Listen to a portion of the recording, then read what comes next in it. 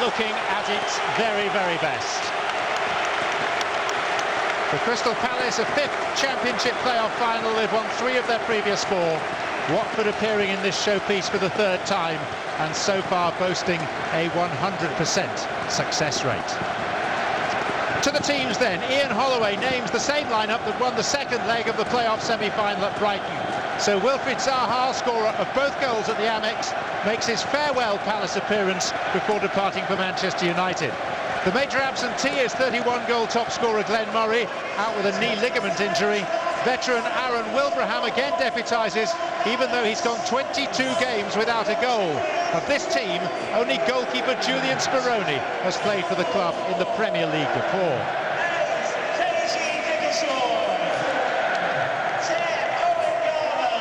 The same can be said of Lloyd Doyley, Watford's longest-serving player, and part of the team relegated from the top flight 6 years ago.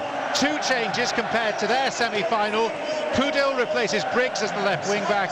Jonathan Hogg comes in for Christian Bertocchio in midfield. 7 of the starting 11 are lone players from Watford's sister clubs, Udinese and Granada. They've exploited a loophole in the current regulations to field a team that is largely borrowed and not bought. Gianfranco Zola making his managerial bow here. Jonathan Williams there, one of the bright young things in this Palace team, just 19 years of age. Pitch being cleared of various bits of paraphernalia. 1 or 2 of the mascots out there still.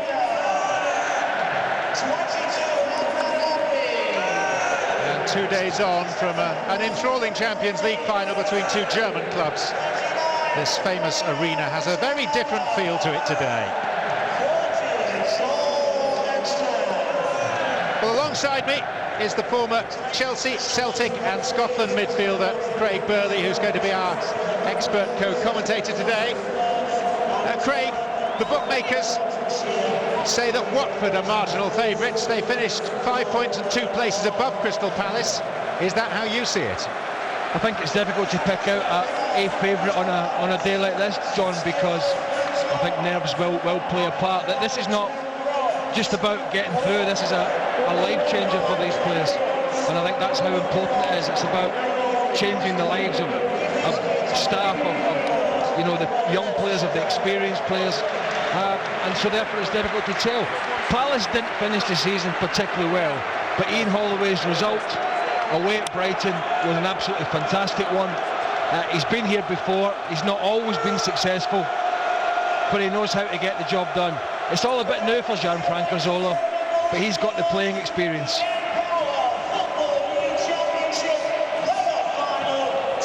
So, will it be Zola or Holloway pitting their wits against the managerial titans of the Premier League, one of whom we are led to believe is on the point of returning?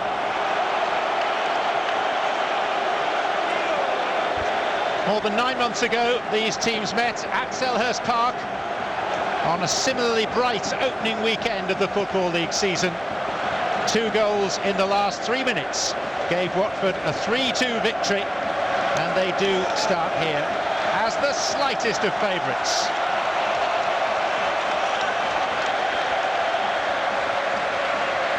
"46 league games, 3 playoff matches, sundry cup ties along the way. And a season's work is distilled down to this. A game conservatively thought to be worth £120 million to the winners, and described by none less than Ian Holloway as potentially transformational.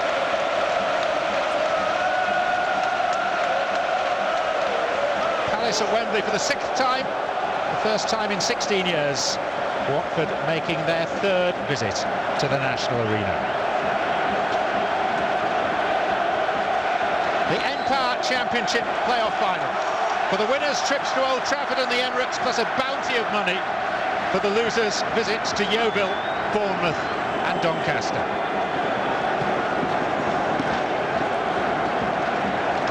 Immediately in the action is Daniel Pudil, the left wing-back. Now Alman Abdi. Chalobah, who's been borrowed from Chelsea. And too much on his pass for the Scotsman, Anya, who occupies the right flank. Chalobah playing in front of his possible manager next season at Chelsea, if, as expected, Mourinho is confirmed in post.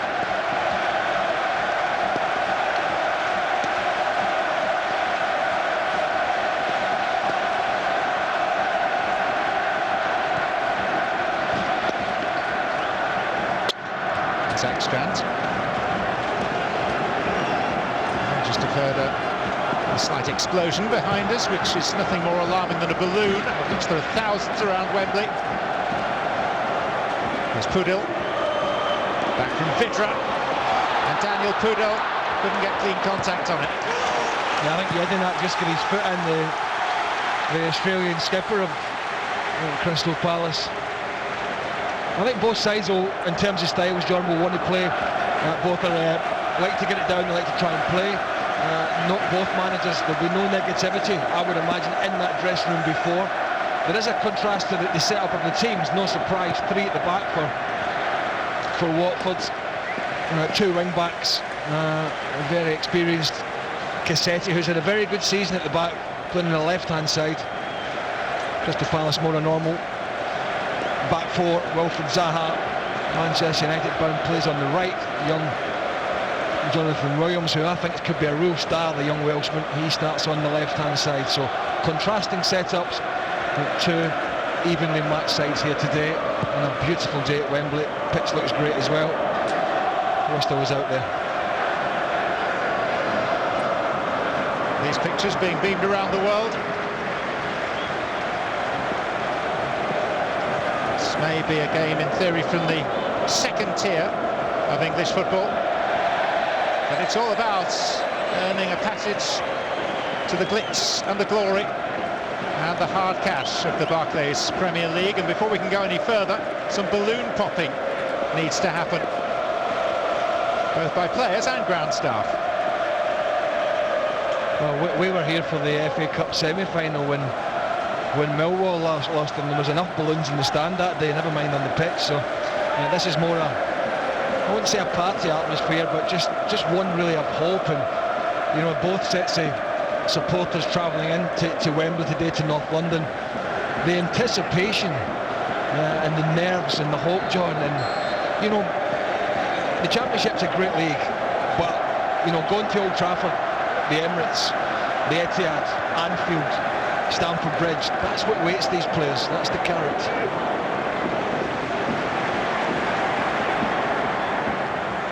Dean Moxey, the left back for Palace. Damien Delaney. There's a stark contrast between those sides in the Premier League and their resources and what they've spent, and these two sides. It's a foul from an ill-timed jump by Danny Gavidon. The Palace team today, the starting 11 cost £2 million in transfer fees. Watford's, albeit they borrowed most of their players, £500,000.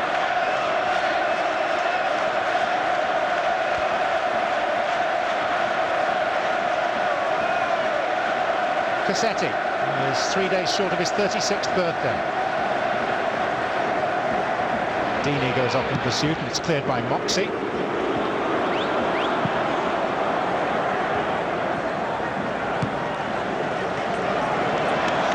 Ekstrand, the Swede.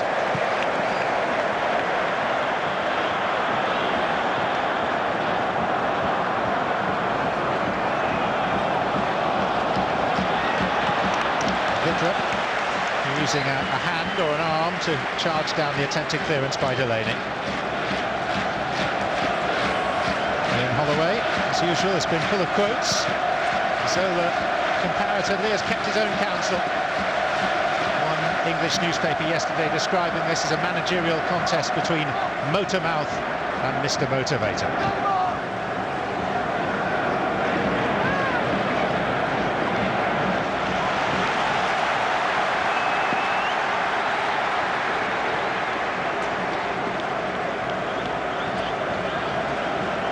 Mr. Modesty might be more apt when it comes to describing Gianfranco Zola.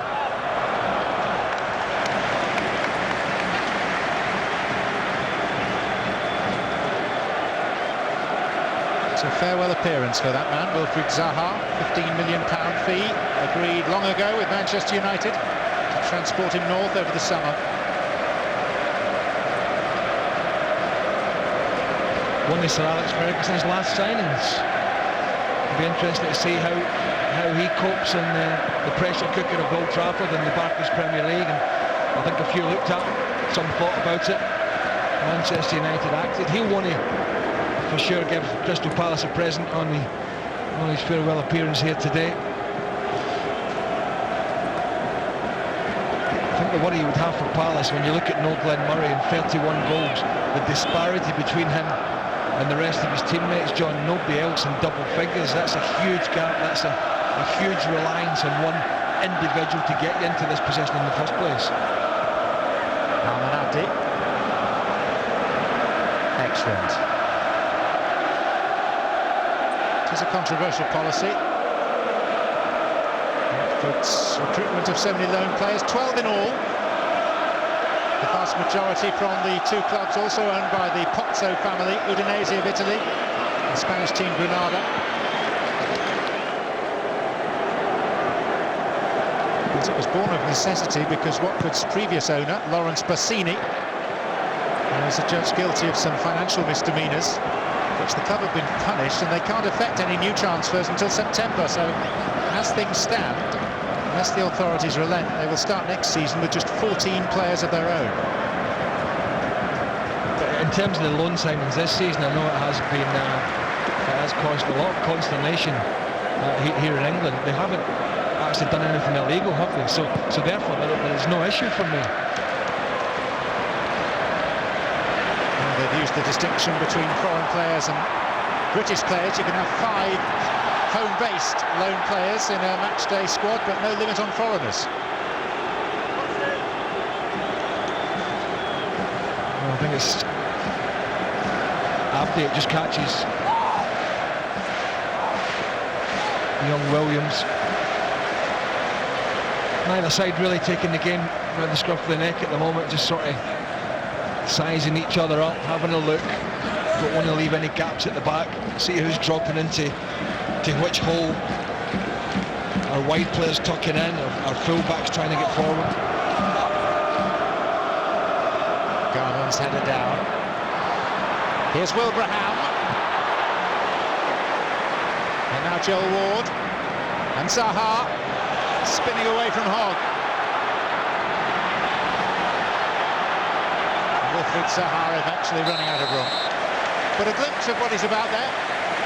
Yeah, but absolutely, I couldn't agree more. He just, as the game rolls on, he has to, Crystal Palace fans, Ian Holloway will want to see this, but I think he's just going to make sure the time is right when to deliver it in and not to overcomplicate it. He just overran that by half a foot or so.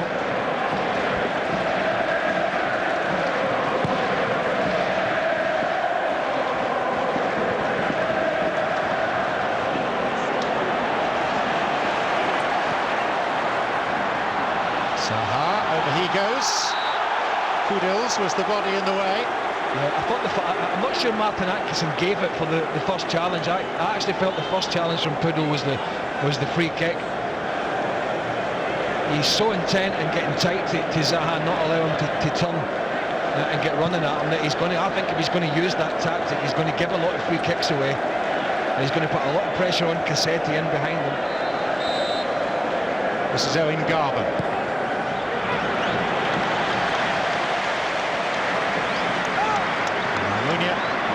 Underarms it out to Lord Derby.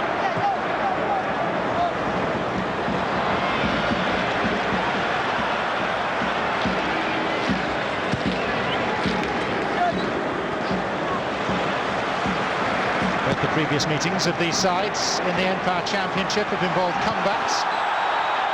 Referee Martin Atkinson's going to produce a card for the first time.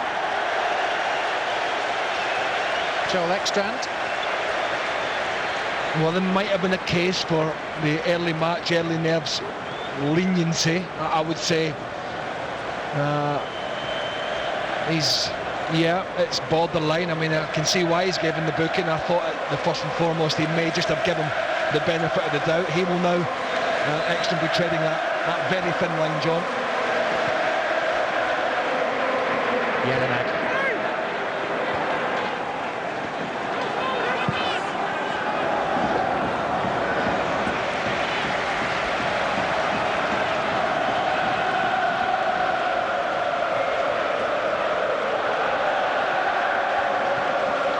Ward.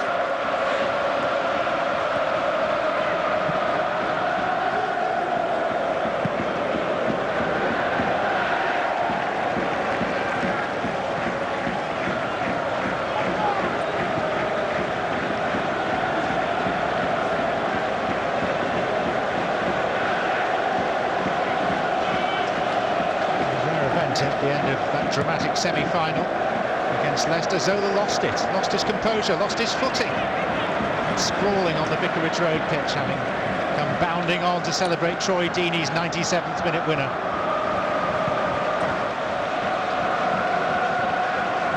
And that stemmed from a saved penalty at the other end.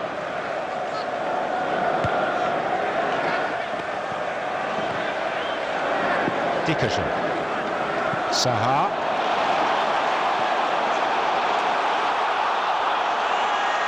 Pity about the pass, because that one before was good. Yeah, he didn't need to try the pass, Johnny. If he could have kept running there, he had the space to drive into it. It was just his decision making. Deeney looking for Anya and finding only Moxie. It's a Watford throw. Watford 6-4 on with the bookmakers here in England. Crystal Palace rated at 11-10 to be promoted today. They were 25-1 shots back in August.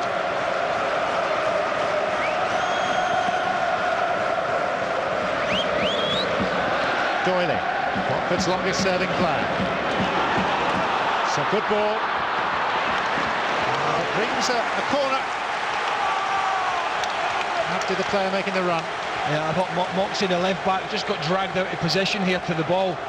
Just there, and that allowed them to get in behind. A lovely ball reversed by Doyley there. And again, it's the skipper Jelinek getting back in, John. Just two big strong midfielders in there for Crystal Palace. Dickerson and Jelinek will just look to sit in front and give them that protection. They might need that today. Vidra's corner out by Gabadon. There's Anya.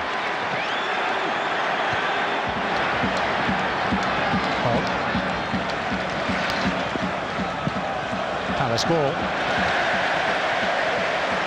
Both clubs with the same number of supporters inside Wembley Stadium today, 34,000 apiece.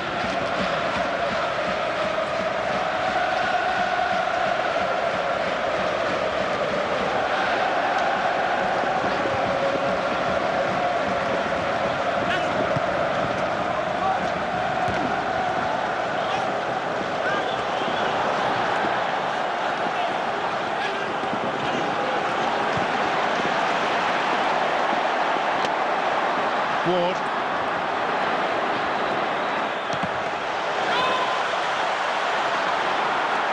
There's Gabadon. Now Garvin. Jelinek.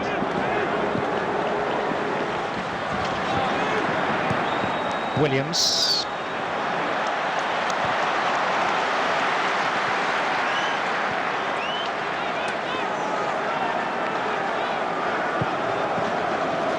Daniel Kudel, Czech Republic international.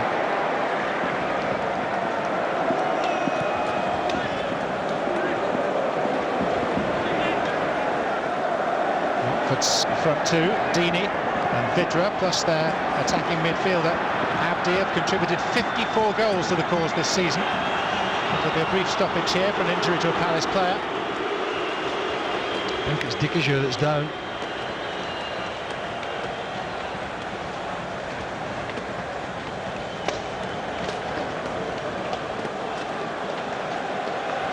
How significant is it that Ian Holloway is a course and distance specialist at this particular occasion? Only if he could get his boots on, I would say, because it is a very difficult, pressurised atmosphere to gauge how your players are going to cope. When I mean players that have played all year for you, But both sets of fans will be, I think, relatively happy with what they've seen early on. I mean, neither goalkeeper's been really troubled. Unfortunately, we seem to have a more serious injury downstairs on the pitch to Dicajou. I wonder if he slipped, because I didn't see any challenge. I wonder if he slipped and he's twisted the knee, or he's up on his feet. The stretcher's coming on, but he's back on his feet, so you can stretcher boys can go back off. He doesn't look too bad.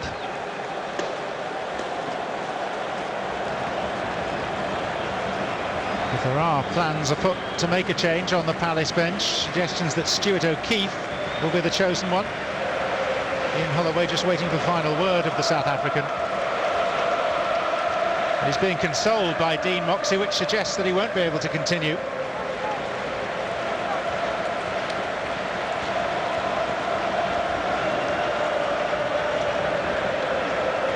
Well, there's nothing worse, I think, when you're such a big occasion. But whether he's... I mean, there's no serious challenge. It's I don't know whether he just twisted a knee or he's walking okay, but obviously he's in a no fit state to continue. It's a shame.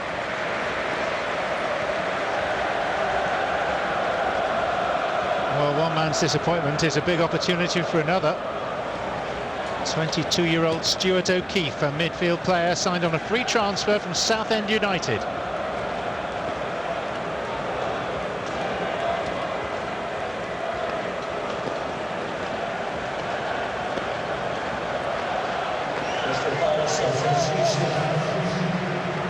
He's not started very many games, so this is a huge stage onto which he steps.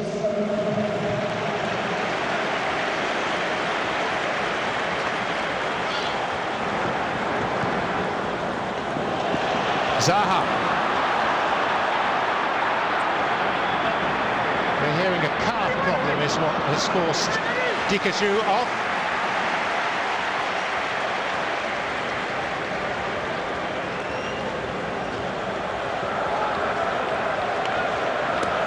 I knew he hadn't got involved in any collisions or any challenges. I think every player knows, John, when it's that scenario. I mean, you'd rather be involved in a knock or a challenge where you've got a bit of a bruise and you can run it off. But when it's a muscular injury, I mean, we don't know. He may have come into the game with it as well.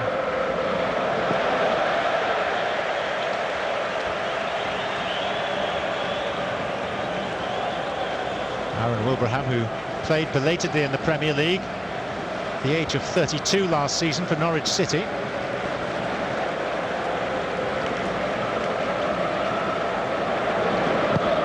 There is a smattering of Premier League experience across the two sides, although it's put into some sort of perspective when you think that Kevin Phillips, who's a Watford substitute, approaching his 40th birthday, has played more Premier League games than all the others involved in this final put together. Phillips, now of Palace, formerly of Watford, and looking to make a mark in what may be his last game before calling it a day. Abdi's free kick onto the head of Delaney. Here's Doyley. Deeney.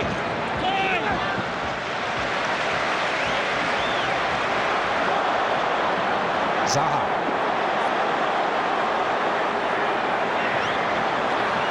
He got past Cassetti, and now he's got past Shalabar. Owen Garvin. Block was by Doyley. No, had a pass on to Williams on the far side, which he chose to ignore. Again, the danger of Wilfred Zaha there. But actually, Chalobah got himself back into a decent area, John. Just didn't deal with it. Palace feeding Zaha at every opportunity now. And yeah, there's Moxey.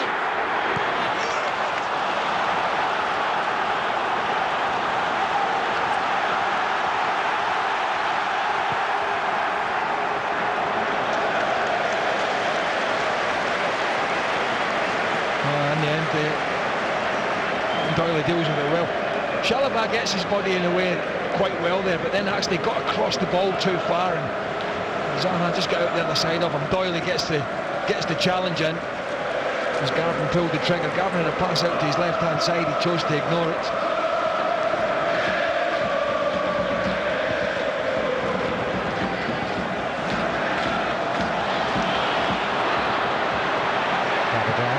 And now Jedinak. Wide open space available to Wilbraham. Zaha sprinting into the middle. Poor ball in the circumstances.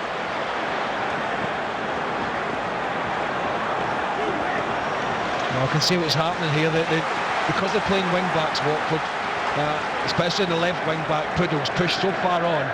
Three centre backs are narrow. Cassetti doesn't want to go and play out there, so he's playing in beside Ekstrom. That's leaving a big gap down this channel here. O'Keefe.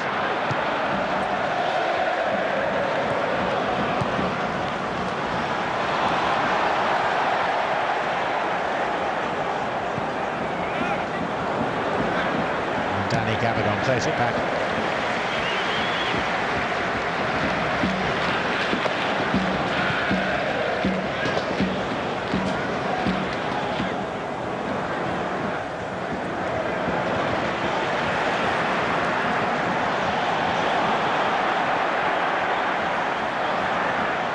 Williams, Garman, Jedinak. Most of his club football in Turkey prior to arriving at Palace. And now captain.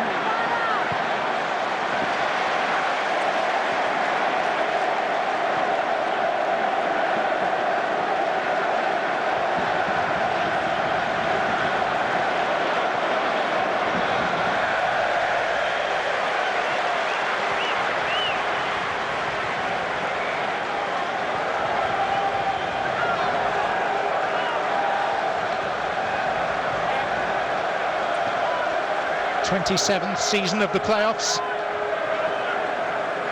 Now firmly entrenched as one of the highlights of the English football calendar, albeit agonising to be involved in directly. It's distilled down to a single game at Wembley 23 years ago.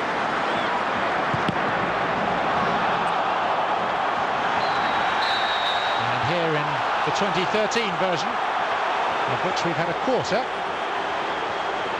0-0 and a Watford free kick.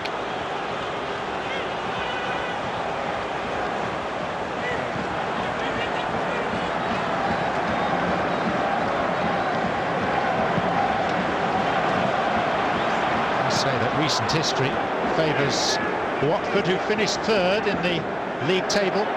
5 of the last 7 Championship playoff finals have been won by the team that did finish third.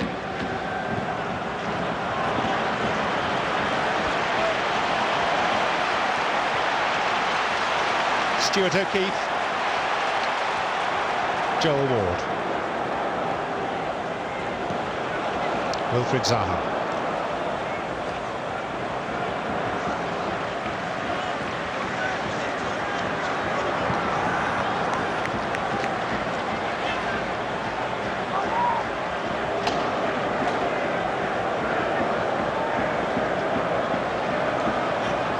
Delaney.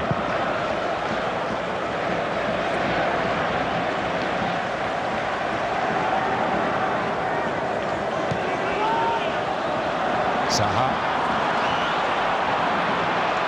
O'Keefe. There's Doyley. And then Puddle.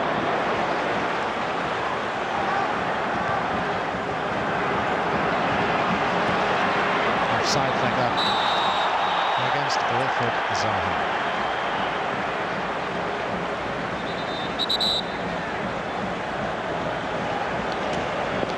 Yeah, definitely just coming back from an offside position. A good yard and a half.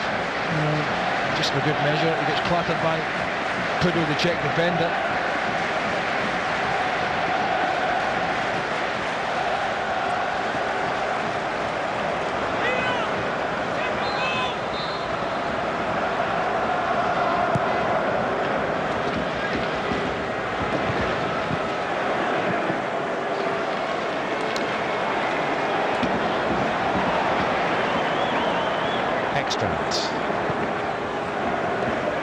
Prudel.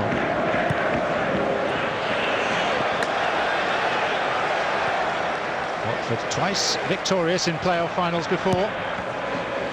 1999 against Bolton, 2006, and they dispatched Leeds 3-0.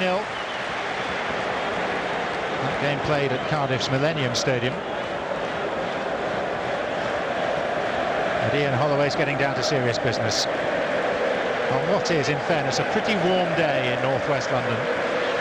Yeah, but I think he'll be happy with the way his side have started. For me, they look the more dangerous of the two teams at the moment. Especially down the Watford's left, Palace's right with Zaha.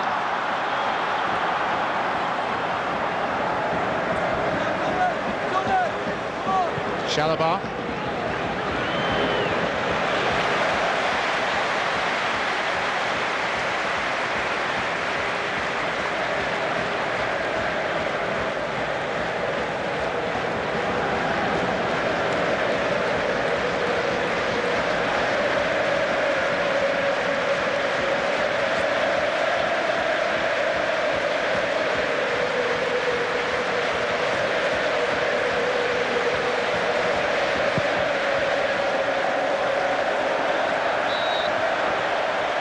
Palace free kick. Enjoyed plenty of possession of late. Yeah, Watford started well, and Palace have crept back into it on that front. They've turned their possession into good areas. Just the final ball hasn't been quite right. Owen Garber.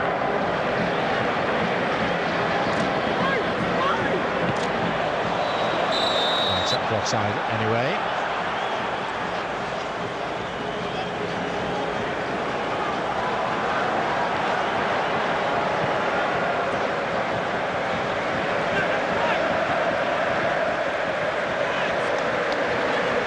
Doyley, Vidra. Jadinak's going to be penalised there. I thought it was more clumsy than anything else, but he's getting booked for that. Not very matter. It wasn't dangerous. It was just, well, yeah. He knows he's not getting there, and then just the forearms come out with it. And the catch update.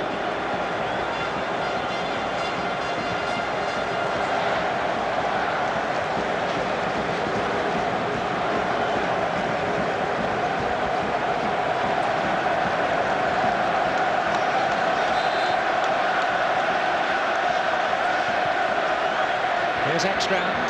Doesn't quite reach him thanks to the diligence of Aaron Wilbraham.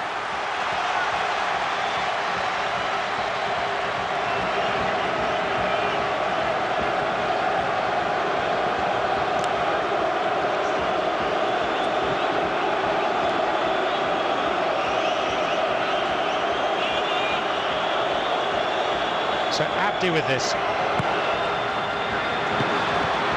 Ward helping out Speroni. Doyley. Deeney.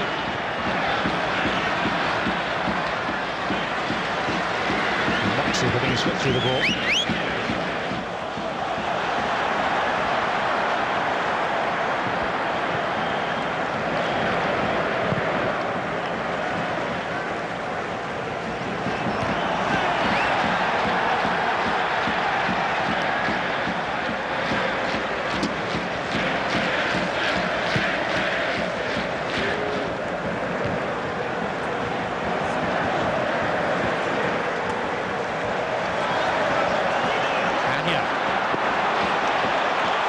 Outstripping Moxley, across comes Delaney and times it well.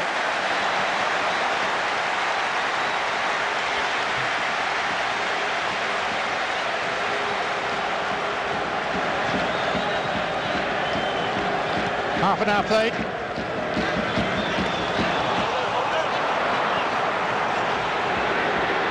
It's Prudel, Hogg, Deeney.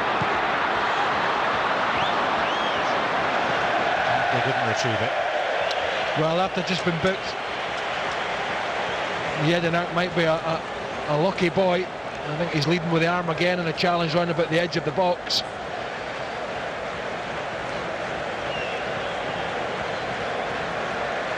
in all fairness, I think he's just putting that up to protect himself. But you take the risk sometimes. I don't think it was an elbow, but he'll have to be careful.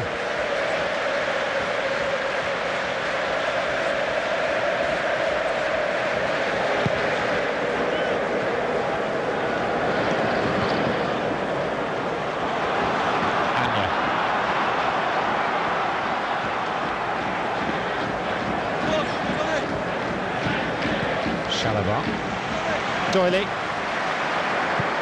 Vidra, underway by Moxey. And these sides met the opening weekend of the Football League season in South London. Palace led 2-1 with 2 minutes to play. Watford won 3-2. And then at Vicarage Road in February, Watford led 2-0 inside quarter of an hour, and it finished 2-2.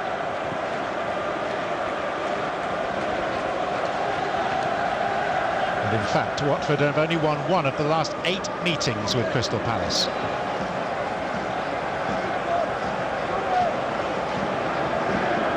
And that was that game back in August at Selhurst Park. Delaney. Ekstrand. Anya. Jonathan Hogg, former Aston Villa junior. Vidra, now Deeney, and it'll come for Vidra! Well, it was a heroic and very necessary challenge from Damien Delaney. Yeah, I mean, I don't know if they got a bit lucky. Yeah, just there with a little deflection, and it's a super challenge, it really is. For the first time, he would see the back of the goals. The first time, I think Speroni felt he had a save to make. And a great challenge.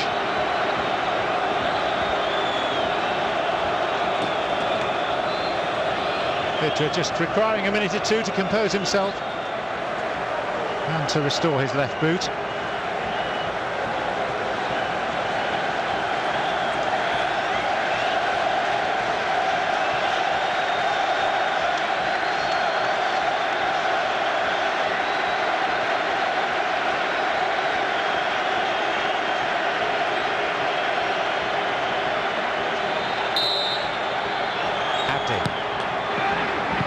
Yedinak. Anya. Moxey.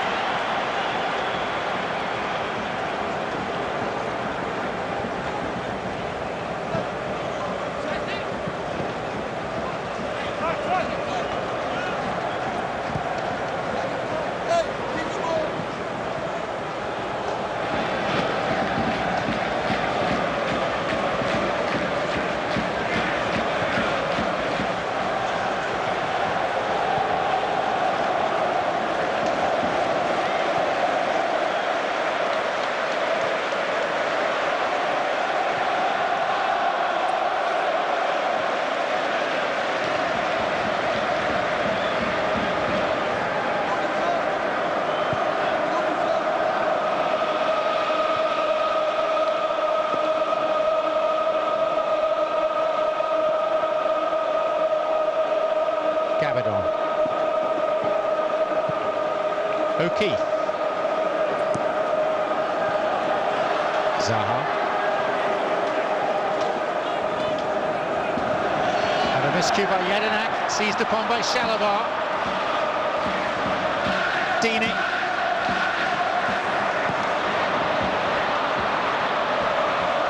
Vidra.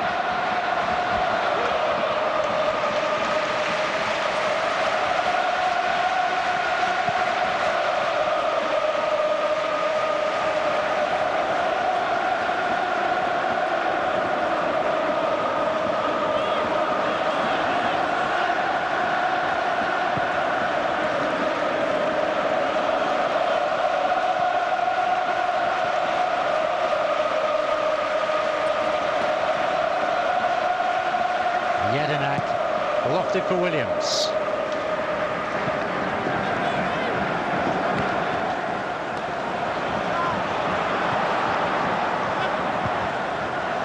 Jedinak.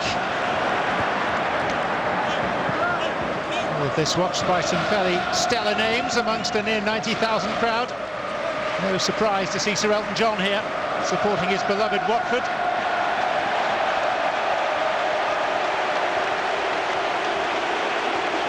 And wearing Palace colours equally proudly, Eddie Izzard.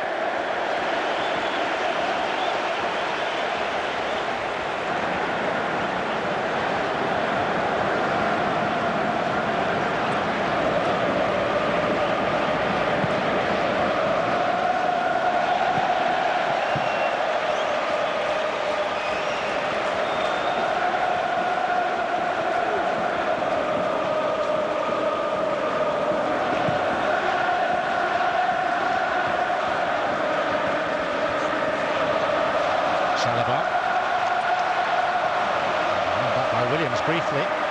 This is Hogg.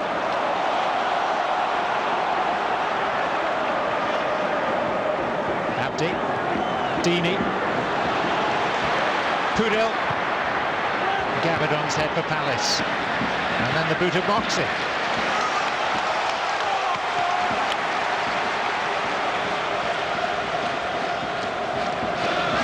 Just feeling a knock or an injury of some sort. Shalabar.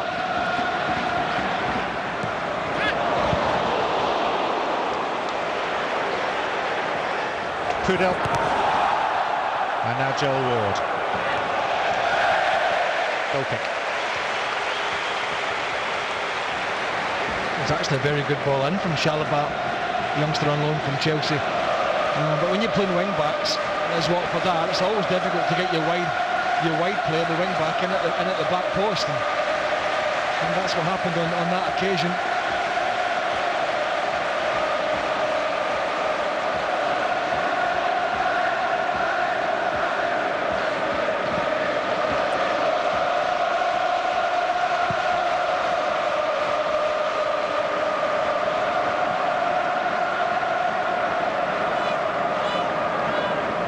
So they saw his route to the keeper cut off.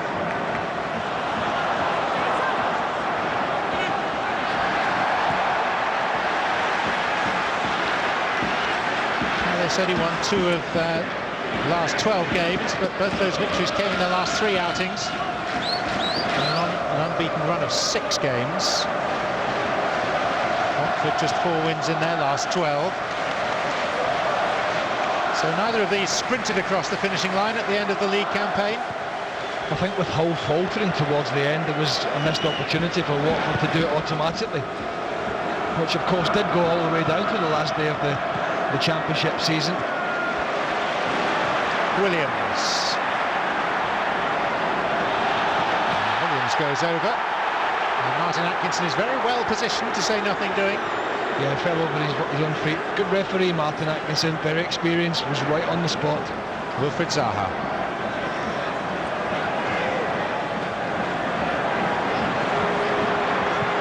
O'Keefe, heavy first touch. Chance for a second. Away, safety first by Doyley. Still waiting for either keeper to have to make a genuine save. Jonathan Williams.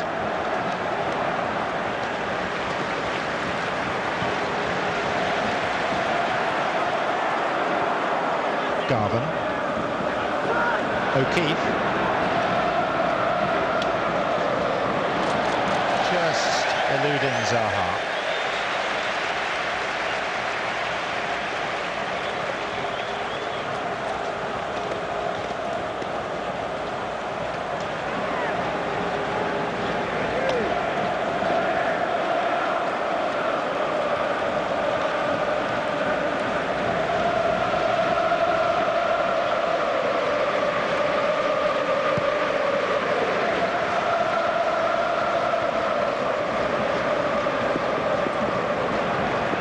O'Keefe.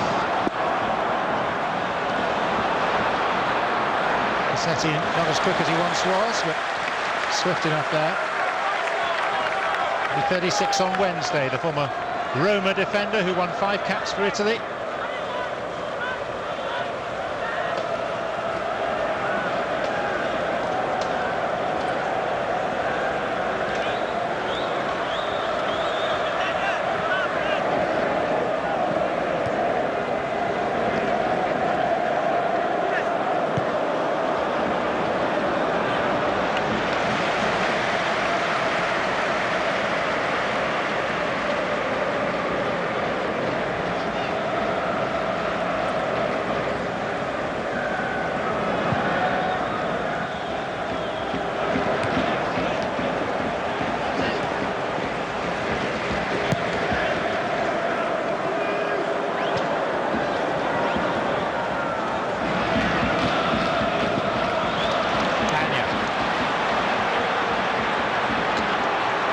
Here's Hogg. That was arrowing towards Abdi.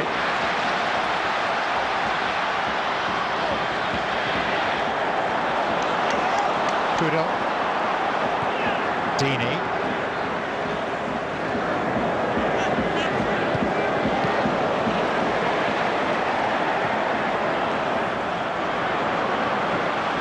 Wilbraham. Now Williams, the two Palace wide men having swapped sides. They also have the very useful Yannick Bolasie to come off the bench in the second half. Here's Dini. Just blocked here, Anya, by Dean Moxley. Very clever from the experienced Palace left back. He's quick, Anya. Very, very quick. This is Anya. Shalabar. Abdi. And it comes off Moxley for a corner kick.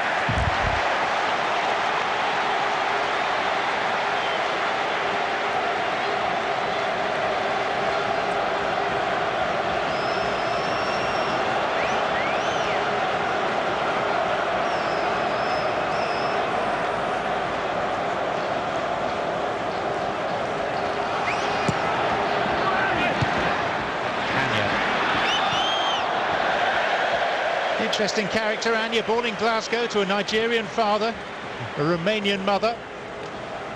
Counts non-league clubs Oxford City and Hales Owen amongst his former clubs. And he went to the Glen Hoddle Academy in Spain. From there to Wycombe and Northampton, and then to Seville and Celta Vigo.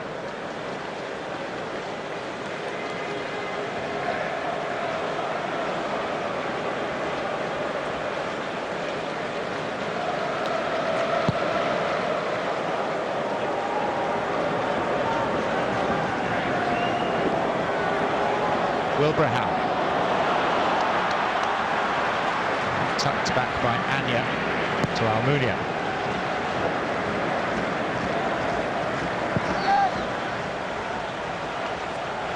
So Craig, if you were writing your summary of the first half, what would it contain? I think a bit disappointing in terms of the goal-mouth action from both sides. I can understand the trepidation at times, maybe the odd pass here and there because of the nerves and the expectations, but you know, I think from Palace's point of view, they look a little bit sharper in possession at times, and if they can get they need to get Williams. For me, if Palace are going to win this game, it's going to come via Williams or Zaha, and they need to get those two into a position or possessions where they can influence the match.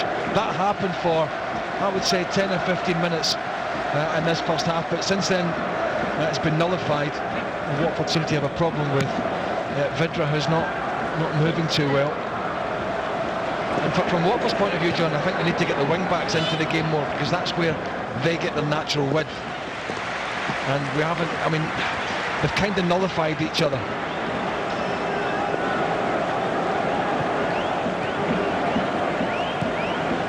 Ward slipped away from him. Fourth official appears. Neil Swarbrick with the board.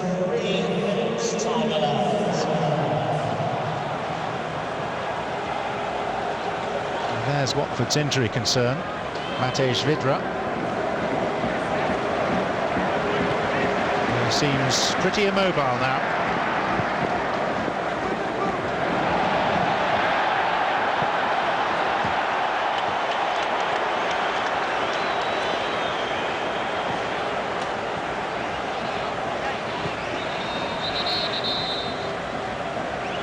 I think the referee is wanting those balloons to be dealt with again.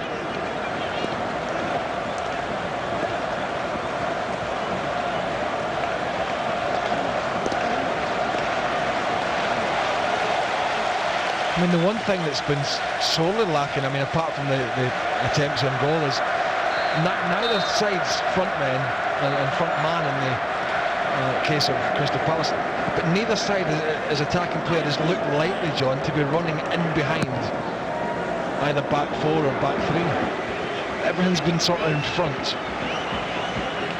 They're in the middle, and it's sort of stifling the game a little bit at the moment.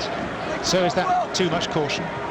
Well, It could well be. I mean, it's been a long season as well for these boys. I know they've had a good break since they've won the match, or the matches that got them to this stage. But yeah, I think there is a fear factor of pushing up a little bit too far and leaving the gap in behind. But at some point, unless these fellas in the pitch want extra time and penalties, they're going to have to do it.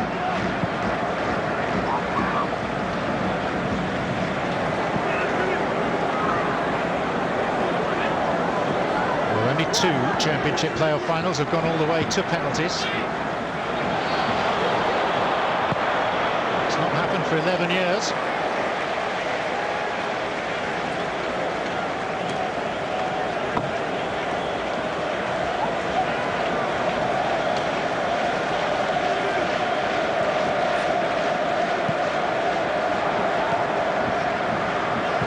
Stumble by Cassetti, who'll be relieved to see Stuart Burt put his flag up for a foul.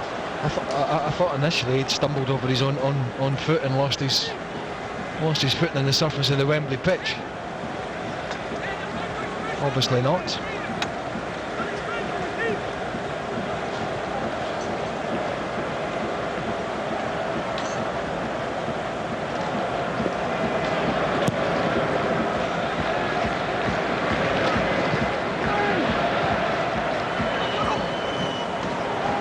Zaha.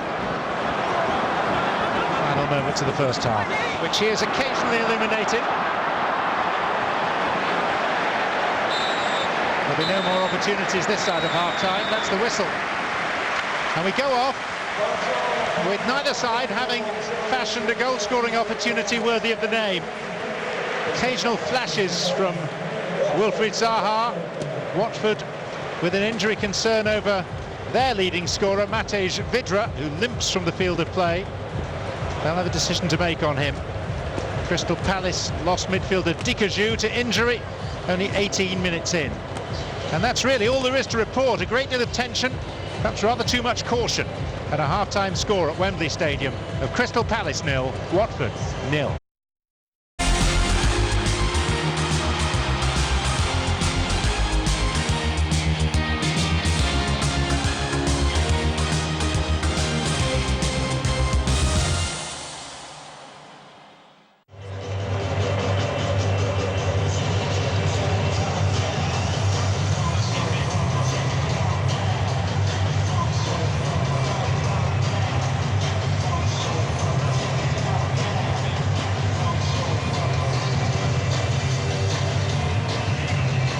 This is John Champion at Wembley, and second half commentary will commence in 10 seconds' time.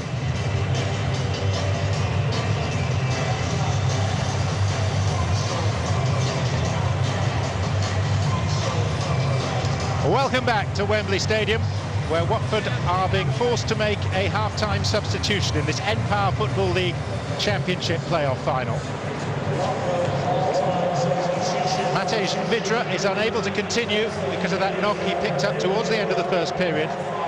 And so, Alex Guejo, born in Geneva but of Spanish parentage, comes on to take his place. So both sides have lost a player to injury. Vydra of Watford, and after only 18 minutes, Dikaju of Crystal Palace. The prize, an enormous one, a place in the Barclays Premier League come August, and all that goes with it. Martin Atkinson, the referee, blows his whistle, and away we go. Crystal Palace in the blue and red, attacking the west end of the stadium, in which their 34,000 supporters amassed. Here's Moxey, the left back. The ball out of Jonathan Williams.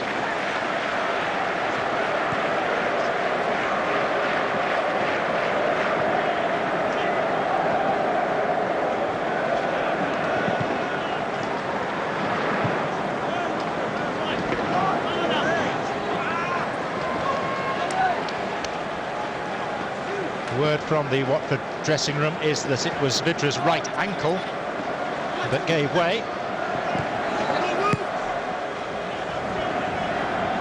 Palace losing Dikaju before the midpoint of the first half with a calf problem.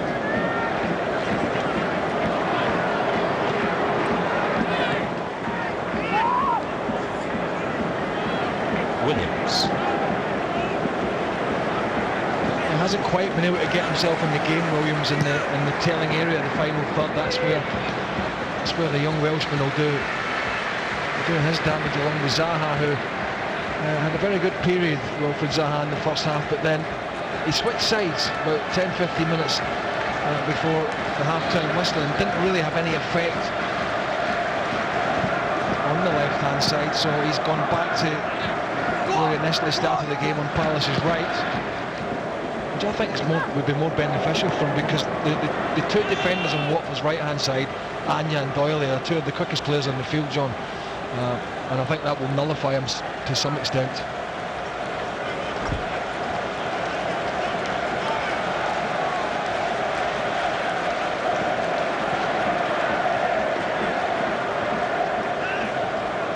Yannick Bolasie is amongst those still available to Crystal Palace. Dickajoux, a rather downcast figure on the Palace bench.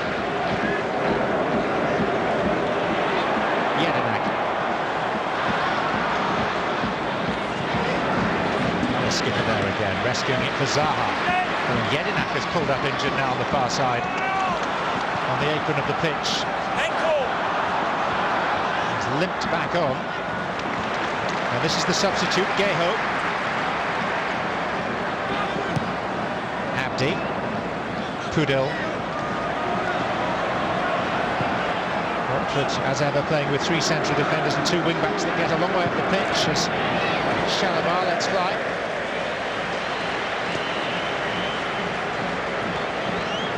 Well, certainly Palace won't want to lose. Well, neither will Watford by that extent. It's watched that shot from quite a speculative distance. They won't want to lose any more players early on, because the longer this game goes on, with potential extra time, then both managers are going to need all the substitutes that they can get. Both have two left. They want to keep those up the sleeve. Wilbraham.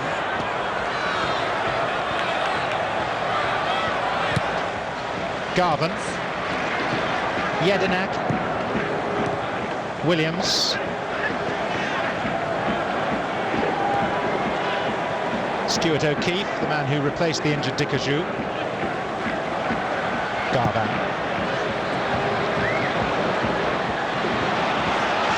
Now Abdi. Swiss international. Troy Deeney. It's a good ball for Jonathan Hogg. And Abdi. Blocked was by Delaney. Yeah, I think both Hogg and Abdi could have taken it first time, but taking the touch and then the lay back, that just allowed the Palace defenders to get back. There's two balls on the pitch here. Still two balls on the pitch.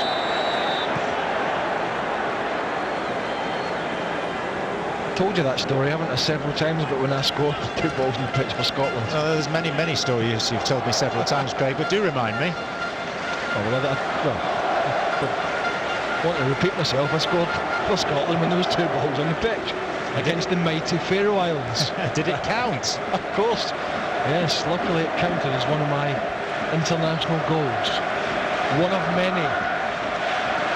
All right, 3.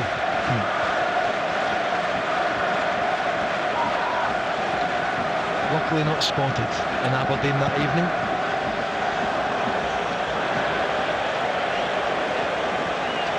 The musings, some would say ramblings, of Craig Burley, last man to score for Scotland at a World Cup finals. Prouder though of the fact that he was the last man to be sent off for Scotland at a World Cup finals. I think I begin holding both those records for quite a while, the way things are at the moment, but we shall see. But thanks for reminding the viewers around the world.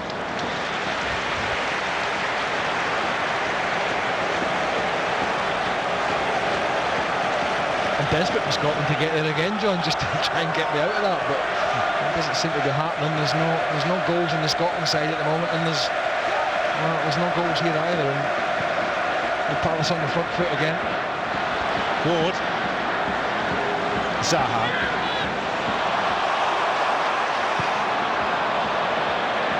Well, the turn was great, the cross wasn't. And Anya has won it back from Williams. Shalaba. Anya again.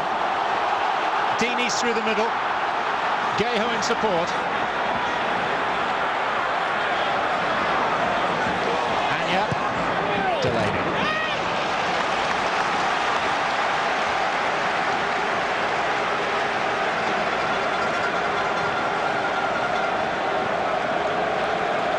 Jedinak is still not moving comfortably.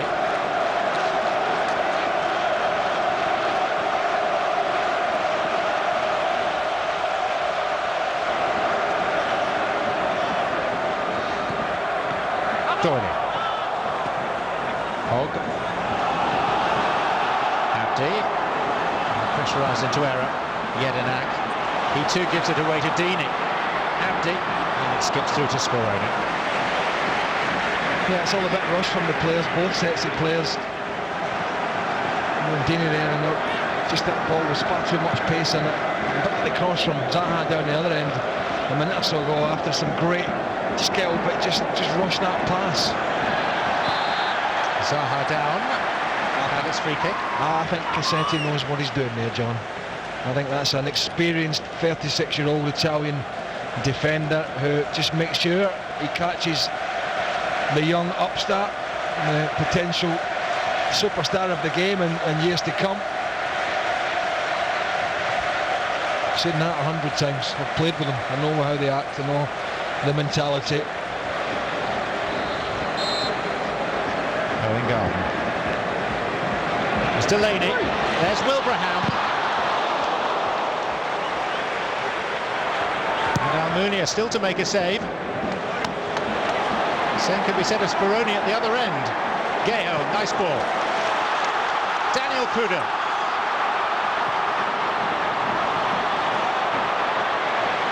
Gabidon. Turning defence into potential attack. Aaron Wilbraham. Now Owen Garvin. The impetus is gone now for Crystal Palace. Watford back with men in position. And all the threat dissipates.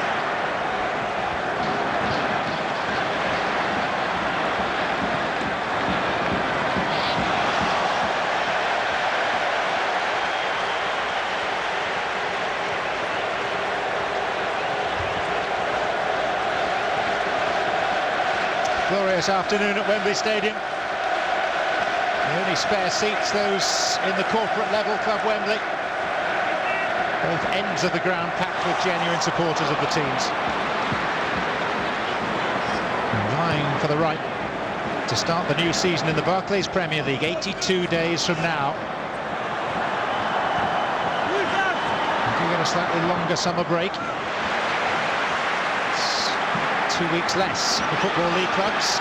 Down goes Williams, and through it goes to Almunia.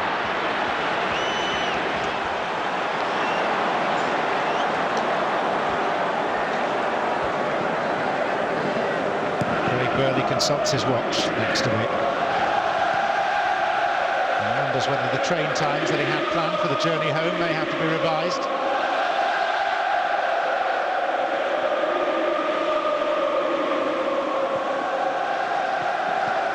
A long time since one of these games went to extra time. More than 10 years. Garvin. Zaha. Down he goes under the challenge of Cassetti.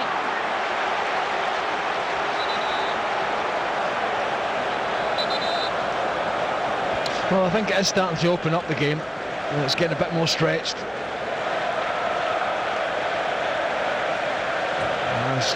First time I've actually seen this fella in the flesh, John, Zaha. I've not seen a lot of Crystal Palace this season.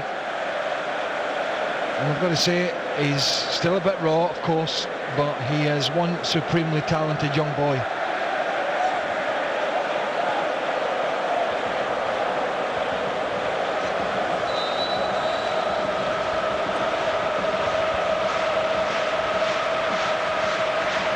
Ward.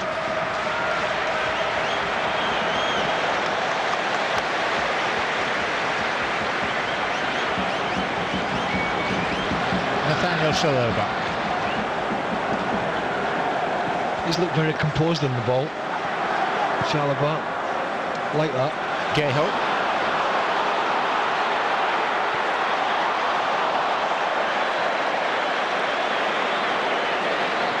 Yeah, just betwixt and between here. Had options. Spun away from Jedinak pretty well, he's still not moving well at all, the Palace skipper. A rather tame shot in the end.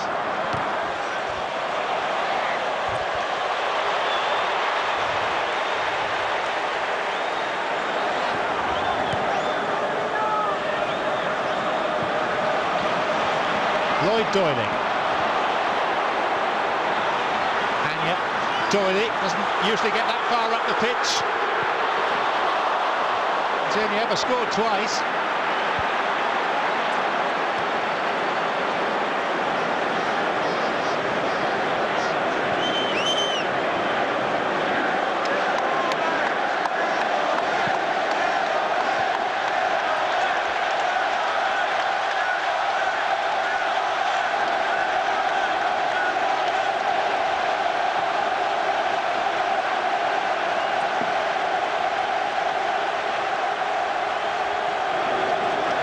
There, Gianfranco Zola, who was involved in the first game at the new Wembley back in 2007, assistant manager to Pierluigi Casaraghi of the Italian under-21 team that drew 3-3 with England. Geho. A challenge there and a tumble, but Martin Atkinson said no. And Palace try and counter now. Aaron Wilbraham hasn't scored since August. Still hasn't scored since August and should probably have done rather better. It's a foul by Abdi. It's going to be a card. And then he's struck by the ball. And that leads to arguments and confrontations. O'Keefe and Hogg at it. Yeah, O'Keefe's just kicked the ball back at the injured player after the free kick was given. I think at frustration that Martin Atkinson didn't allow the advantage, because he could have actually played out another advantage there. There was a shout for a penalty down the other end on Pudo, who I didn't think it was. I thought he dived, and then there was a chance for Wilbraham, but he didn't have the pace to go away. He was too hesitant. There's the challenge here. He slips. He actually slips, Abdi, and then he kicks the ball straight back at him.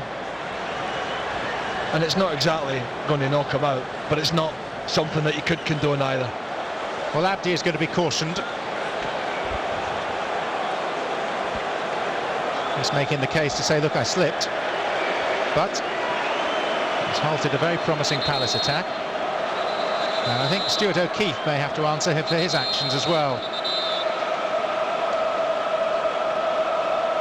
And you can lip read. Or you, O'Keefe. The words from Martin Atkinson, and he too. Yellow carded. Well, that was the best 45 seconds we've had in the game.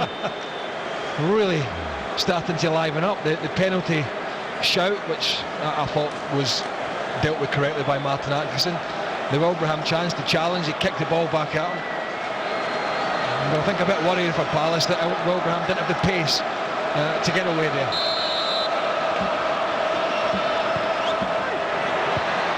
Deeney's header out, whacked by Moxey. Three waiting. Cassetti's header out. O'Keefe. Garvin.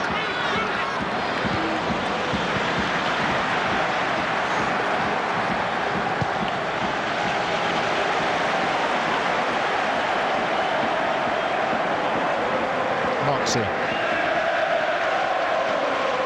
Gavadon.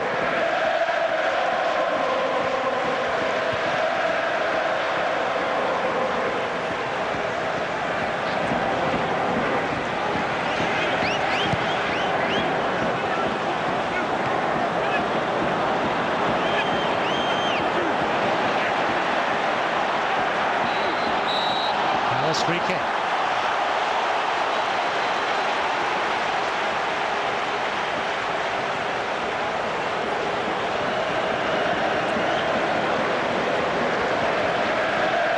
which Delaney has gone forward. His former Ipswich teammate Garvin will take.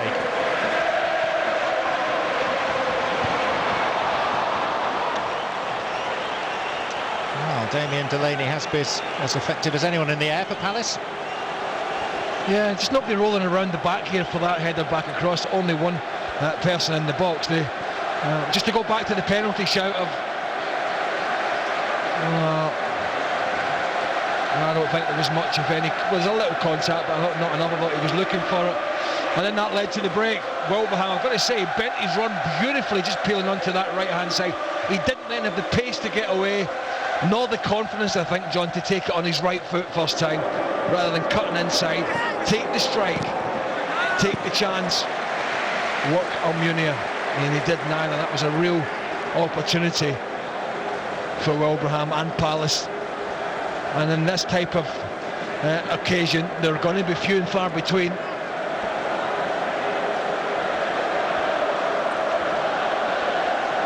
Well, activity on the Palace bench. Yannick Bolasie being called forward. Kevin Phillips getting ready too.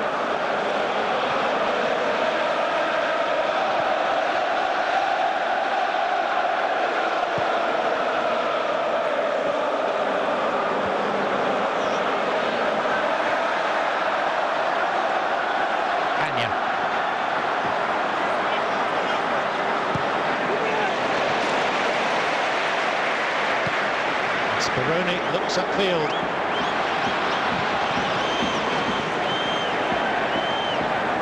Doyle. Hogg. Shalabar. Jedinak. O'Keefe. Cassetti between Zaha and a chance. Troy Deeney for Watford. 20 goals this season. Even if he wasn't available for the first month, serving a prison sentence for a fray. Geho.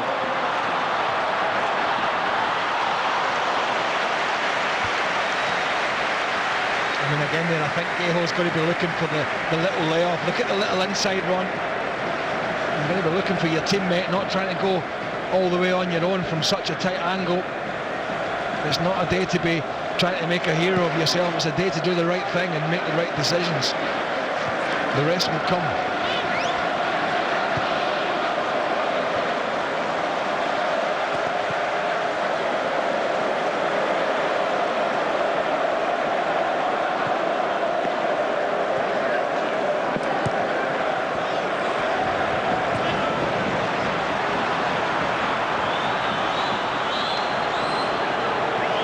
Zaha, faced by the veteran Italian Cassetti. Could have passed, eventually does. It's O'Keefe with a chance! Stuart O'Keefe so close to what would have been his first career goal. Yeah, he's actually grown in confidence, O'Keefe, since he's came on. Lovely little drop in the shoulder there. Sucked in the defender, and a great save from Almunia. What a lovely bit of skill from O'Keefe. Oh, and he gets lucky, goes through his legs, doesn't it? Comes off his backside, actually. Manuel Almunia could have gone anywhere. 65 minutes it's taken for either goalkeeper to be called into serious action. Change for Crystal Palace. Off goes Jonathan Williams, and on, maybe for a last hurrah, 39-year-old Kevin Phillips appearing in this playoff final for the fourth time in a 20-year career.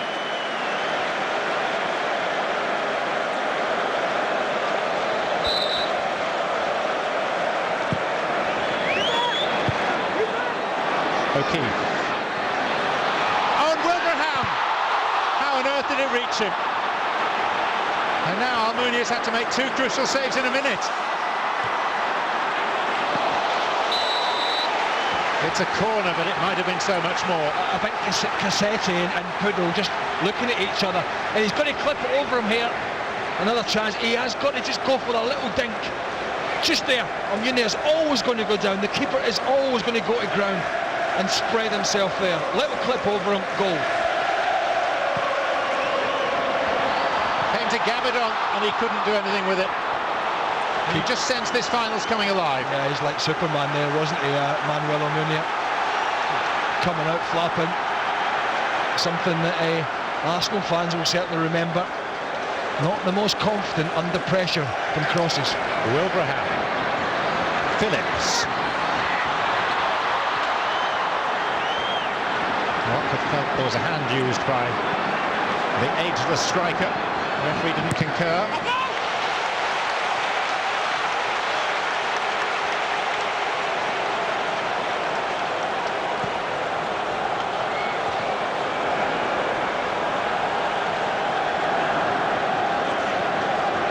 One manager relatively silent, the other hyperactive.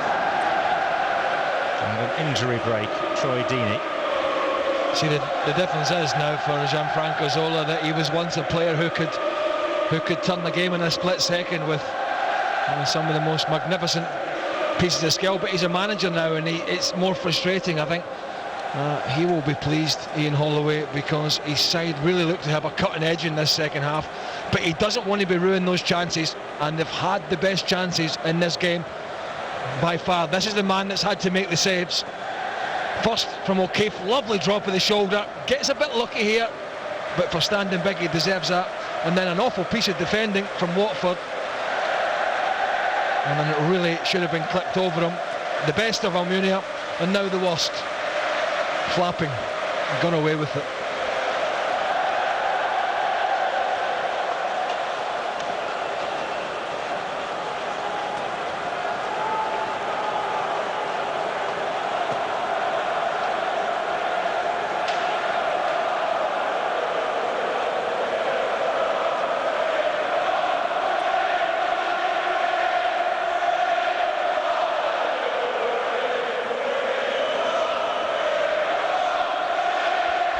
Zola returns to the bosom of his largely Italian coaching staff.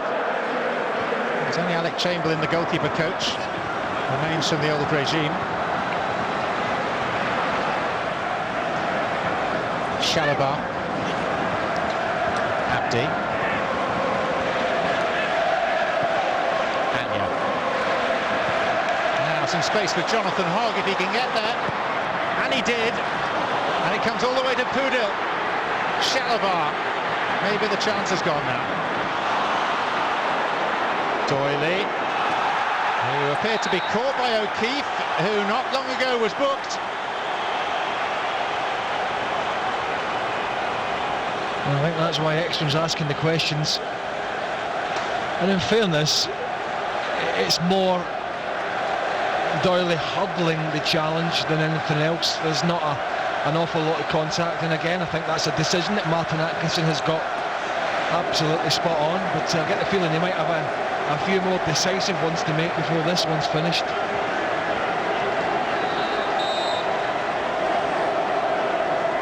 Abdi.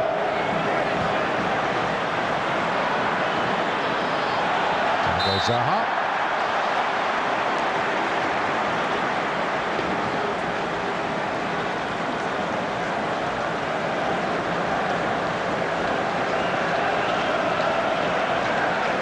Looking at the two top scorers in the Empire Championship this season.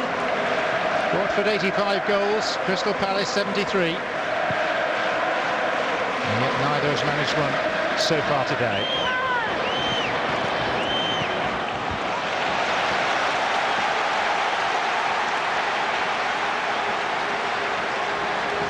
Just trying to look what Palace have done since bringing Phillips on. Obviously Kevin Phillips is not going to go and play down the left-hand side, but two strikers more or less now. Zaha.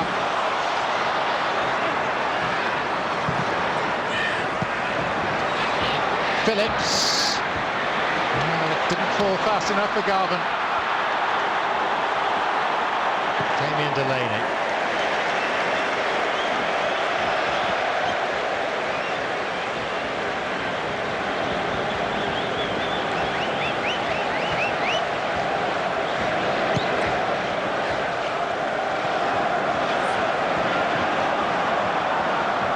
Chalobah. Abdi. Cut out by Yedinak. here's Garvin. Zaha's free outside him. Palace with numbers. Kevin Phillips. Owen Garvin.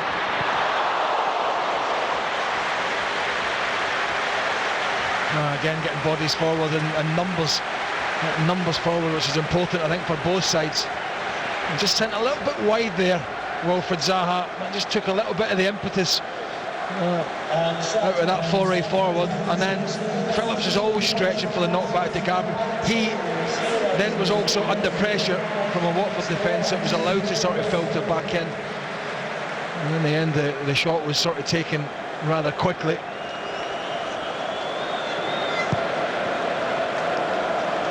Watford waiting to send on Christian Bertocchio, midfield player. Yeah, I think they've lost a bit of impetus in there. In fact, I think they've lost a lot of impetus in there. They need a bit of get up and go, somebody that can get on it and drive forward. And also the front pairing haven't really worked as a partnership so far. It didn't do so when it was Deeney and Vidra, and it isn't doing so at the moment for Watford either. They need a spark. Jedinak.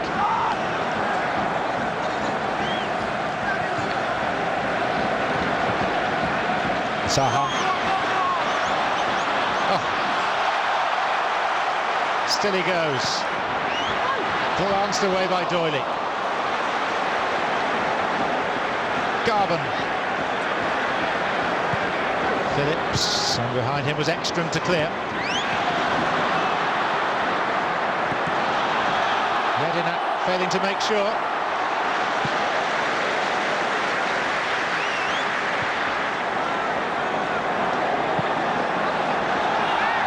Clumsy attempt at a challenge by Gayho.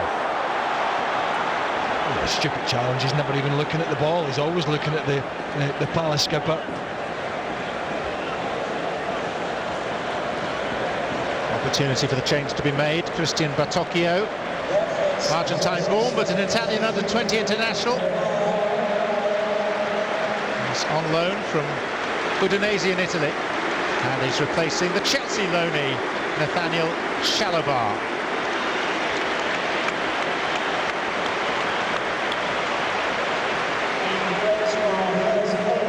Whose likely future manager has been watching him from the shadows of one of the Wembley boxes today, Jose Mourinho.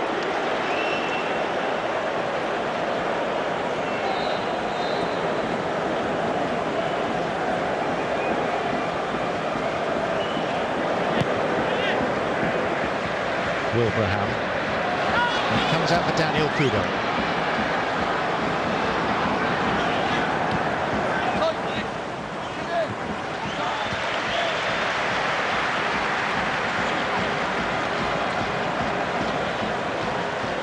The meeting point of sunlight and shadow is precisely between the two benches right now.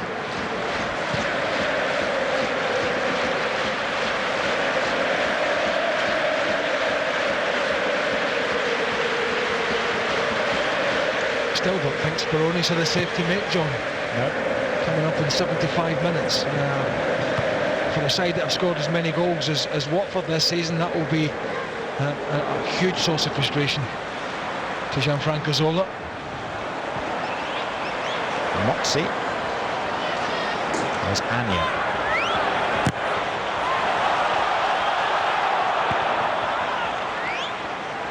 Abdi.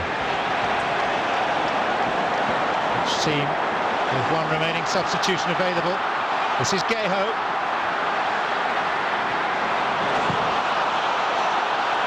Zaha. Most exciting player on the pitch without question. Seen off by a player nearly twice his age in Marco Cassetti.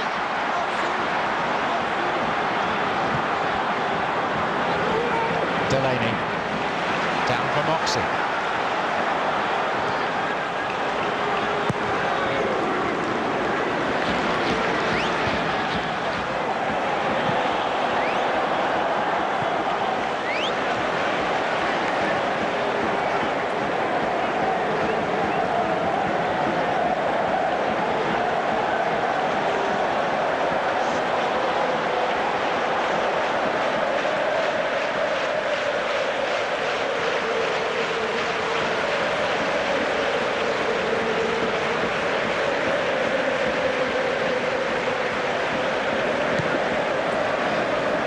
Geho. Nearly for Dini.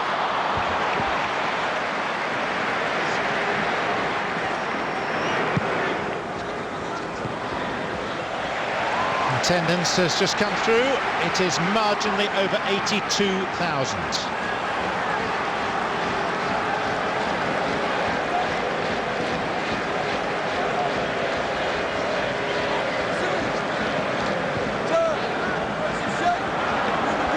O'Keefe, as the sun goes behind a cloud. It's not something that's happened often today. Kevin Phillips. Phillips, who is on loan from Blackpool and has been since January. Played here last year for Blackpool as they were defeated by West Ham.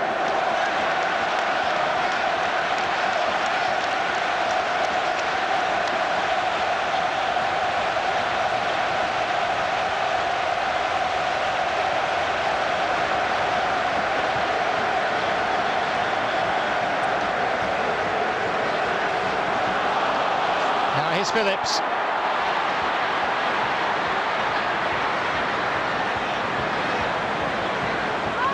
O'Keefe.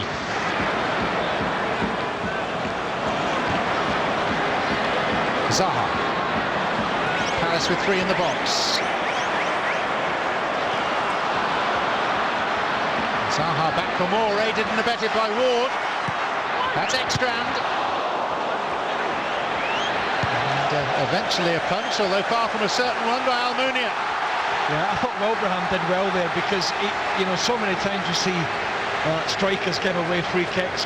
A lot of times soft, but he just got his body in front. No attempt to foul the goalkeeper and give out a needless one away and relieve the pressure.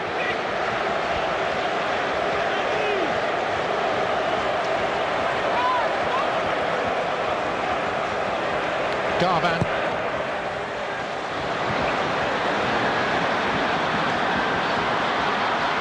O'Keefe.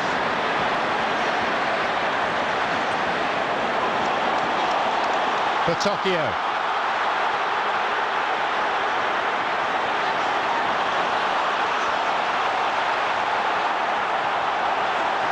Diving in. That wasn't a clever challenge there by Ward. He's lucky there. It could have been a lot worse. It was rash, to say the least. Well, we are coming to the end of a row of prestige finals, many of which have contained late goals. Ivanovic in the Europa League, Robin in the Champions League, Ben Watson here in the FA Cup final. And we're heading here towards the last 10 minutes of normal time.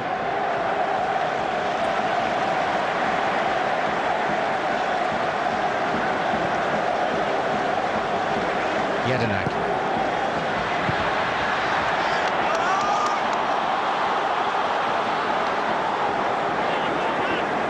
Anya. There's Delaney. The sun reappears.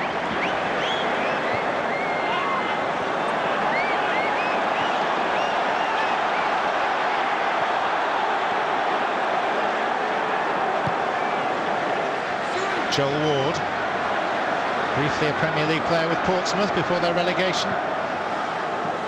Owen Garvan, and here's a chance for Wilbraham, but he's held off by the experienced Doyley.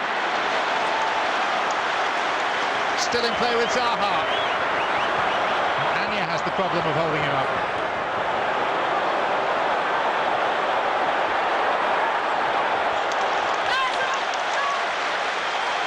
Well, an important piece of defending by Lloyd Doyley. Wilbraham. It's Doyley again, but there's Garvan! Oh, I think it was one of those, he took it so quickly. That's a poor challenge there by Ward. Second poor one he's made in the space of a couple of minutes. A rather rash challenge, but, you know, maybe in hindsight for him, one worth taking just to stop the breakaway. Well, it's certainly a booking.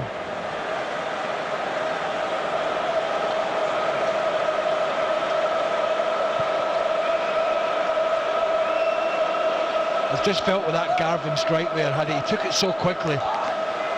either side of Manuel Almunia, then he would have been struggling. It's one of those flash shots. There's a little shout for a handball of Doyley. And this is the good defending. Again, it was Garvin. Loved the little reverse ball, but Wilbrahams didn't really have the pace and strength, and Doyley did.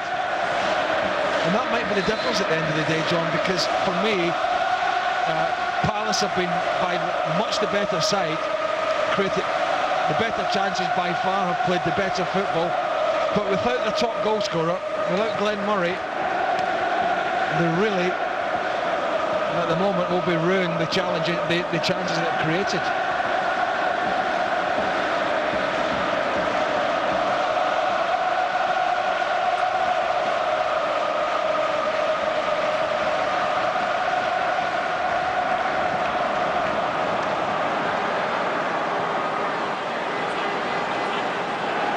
Moxie.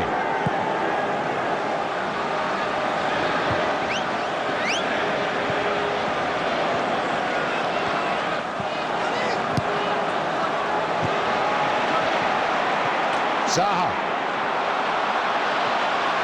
He's enjoyed this stage. He's not finished yet. Here's Wilbraham! Oh, is it not their day? A super save, great save on Munia. You know, he has to adapt when it's by the feet. It doesn't matter. I mean, I think even the Man United players are going to be excited by this. Wilfred Zaha when they see him on the training ground. He's the best player on the pitch by a million miles. And while Ian Holloway is, you know, they're playing so well, the boss in this game, but they cannot breach that man's goal at the moment. One last change by Crystal Palace prior to the corner. Owen Garvin's going off. And it's a Brazilian replacement, Andre Moritz.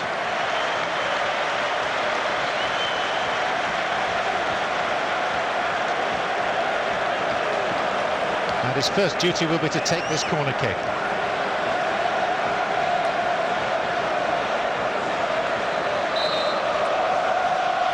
Moritz then. Phillips. Foul by Phillips.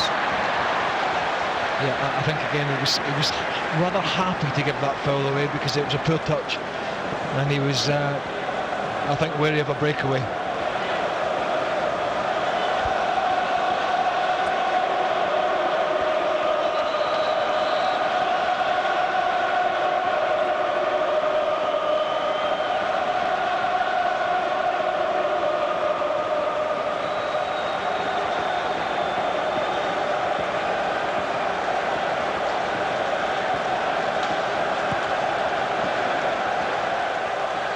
Dini on, let's get ho! And out comes Speroni. Ekstrand. Jedinak, not quite, and Geho's offside.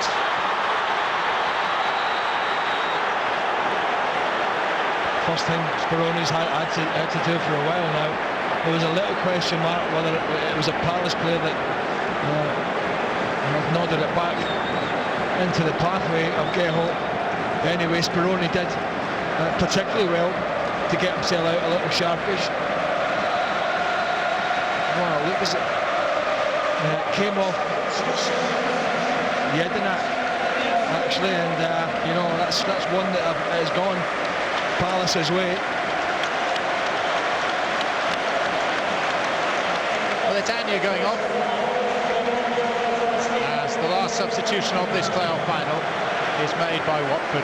Fernando Forestieri, 8 goals this season, attacking midfield player. Another on loan from Udinese enters the fray. Italian under-21 international.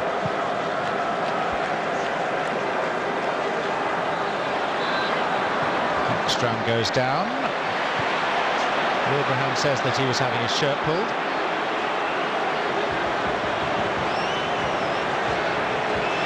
And Watford are complaining that an elbow was used.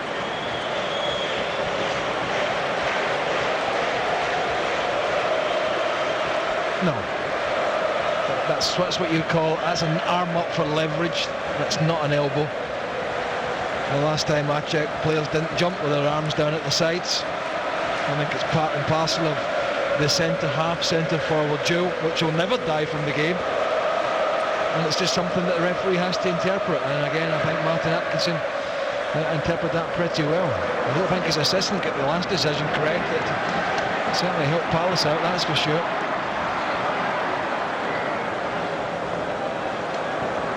Well, no question which the busier of the two goalkeepers has been in the second half.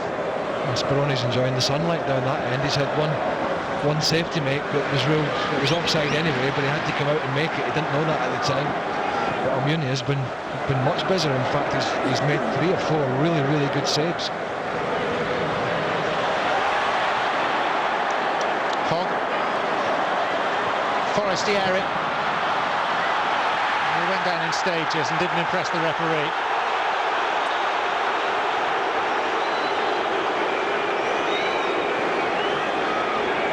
Moritz.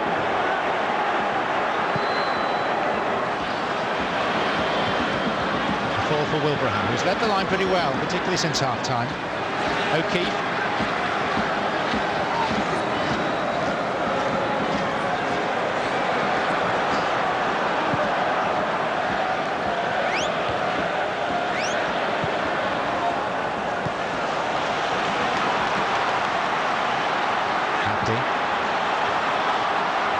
Gayho.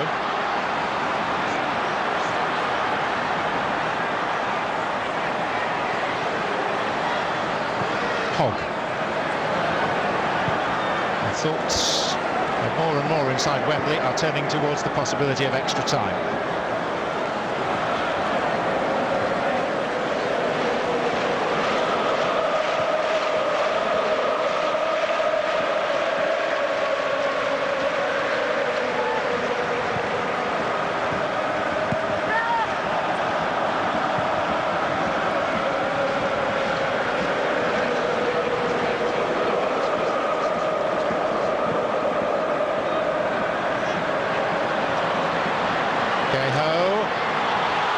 This is Batocchio and Dini. Well, queuing up, Gayho behind Dini. They're having an argument as this replay comes in. Again, I thought Batocchio could have just hit it. Why didn't he just hit it there and then? And players reluctant at this stage of the game to pull the trigger. I think if it was me, as soon as I got a sight of the ball rolling across and anywhere near the goal, I'm looking to get the strike away, keep the head down, try and walk the goalkeeper.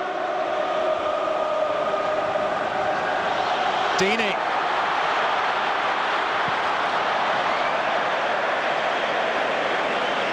It's not as yet been his day. His day was the second leg of the semi-final. What Watford have done now, they've gone to a back 4 and they've put the experienced Cassetti at right back. And what Palace have done is now move Phillips out of that hole and get Zaha over there to try and get his pace out of the Italian. But is there time left for somebody to get a winner? They get it now, it's over. They get it now, they're up. 3 minutes. That's what's to be tagged on. Only 4 previous Championship playoff finals, all their equivalent, have gone to extra time. The last one, Birmingham against Norwich in 2002. And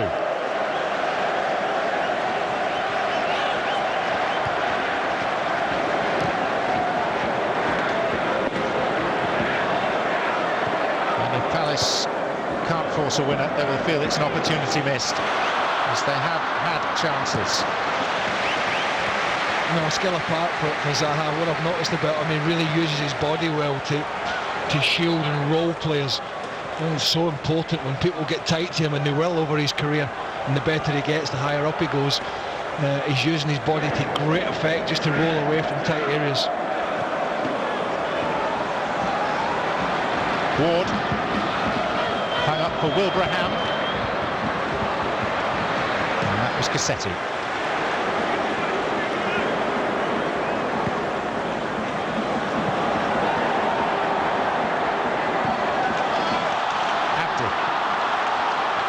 Poodle.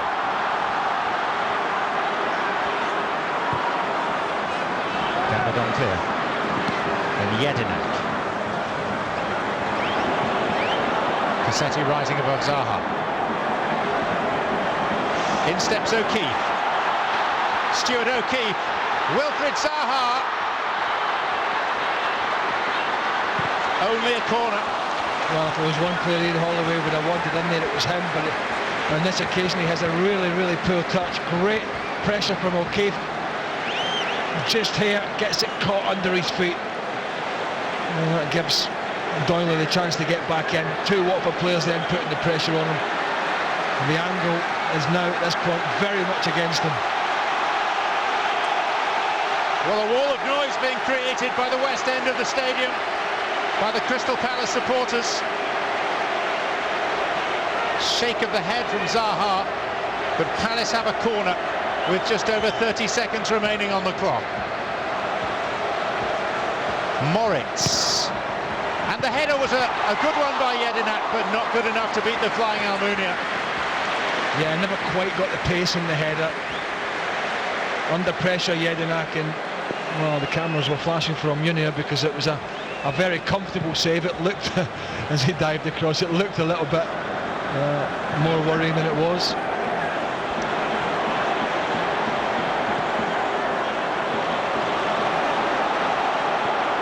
Zaha.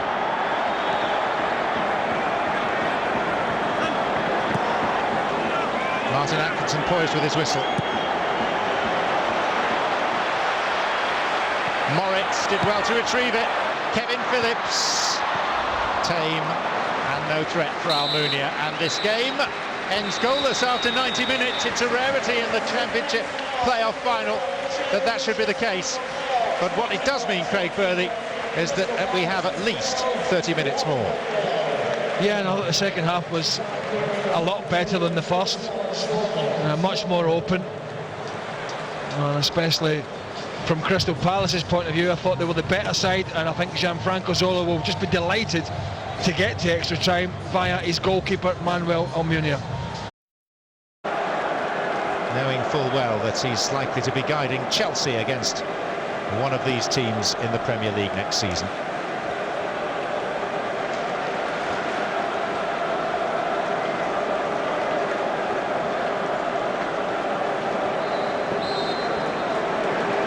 Watford's Golden Boys and the Eagles of Crystal Palace. Palace last in the top division in 2005. Watford relegated in 2007. Crystal Palace with 4 one-season stays in the Premier League.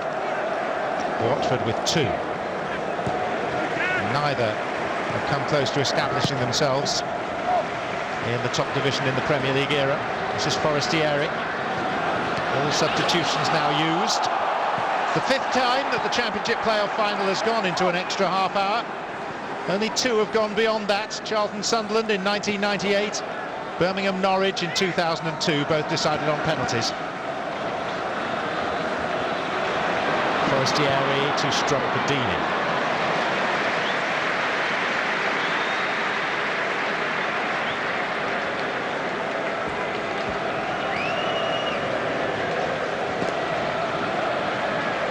Gianfranco Zola graced the Wembley pitch on 7 occasions as a player. Ian Holloway wasn't so fortunate. But only Neil Warnock has managed in more playoff finals than Ian Holloway.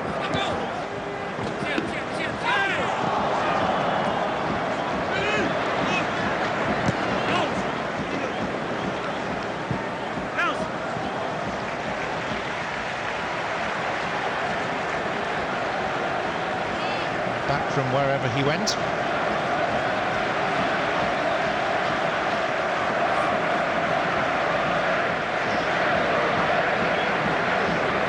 Of course, that Crystal Palace are missing more than most is their 31-goal leading scorer, Glenn Murray.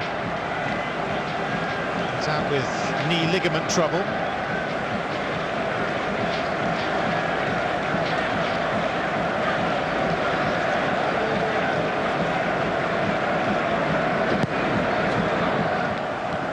Dini.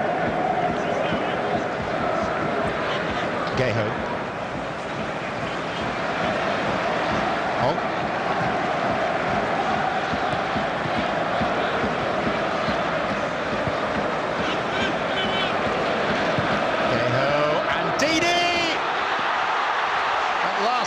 He's had something worthwhile to do, and he did it well. It wasn't so much the save, it was the agility to make the save. Unbelievable. I thought Dini was going to stick it in the back of the net. Batocchio, there's Ward. It's the biggest scare that Palace have had. His agility here is just absolutely fantastic. Ward just goes to sleep at the back post, and he's able to just get down and scoop that left hand up. He's already on the floor, he's going to his right, and he manages to get the power in the legs and catapult himself back to the left. Brilliant. Pudil's throw. Yedina.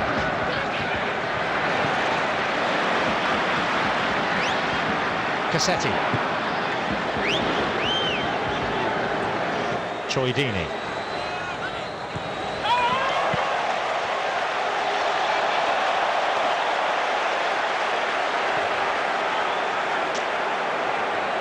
When Speroni first came to the UK, I spent a bit of time with him in Scotland at the same club up in Dundee. And, financial problems there, and he moved on to Palace. He's been there quite a while. He's been there years now. Very consistent, not the biggest, but very agile, as we saw just a moment ago. It's got to the stage now where only John Jackson and Nigel Martin have played more games in goal for Palace over the years. 9th season.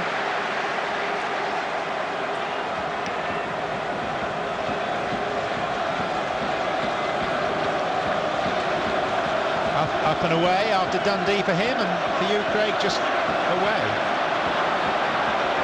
That's Forestieri.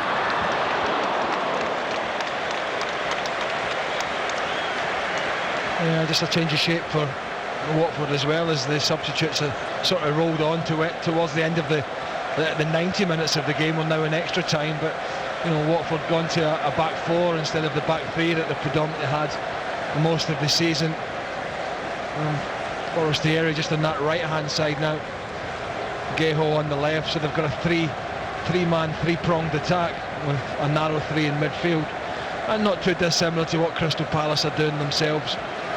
There'll be a lot of tired legs out there. Nobody, and I mean nobody, wants to make a mistake that is going to cost the team, cost the club. But it's going to happen at some point. Somebody has going to have to either do something brilliant, and somebody's going to make a mistake. It's going to be the difference. Forestieri with a neat escape. Not such a neat pass.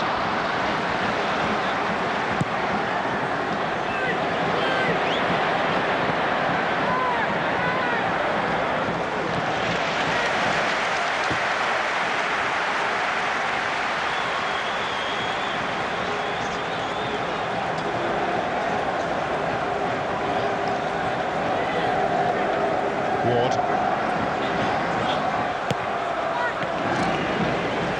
It's a throw off Doyley. Doyley was part of the Watford side that beat Leeds 3-0 in the playoff final of 2006 when Adi Boothroyd was the manager. Previously promoted via this format under Graham Taylor in 1999. It's a Palace corner.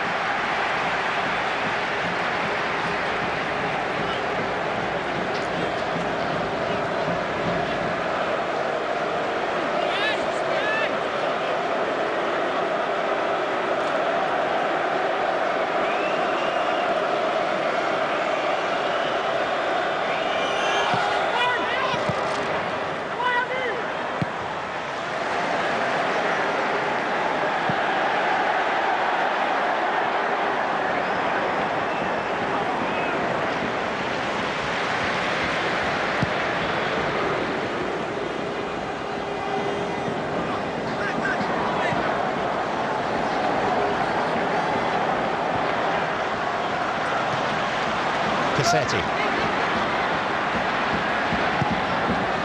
Gambit on, no chances taken.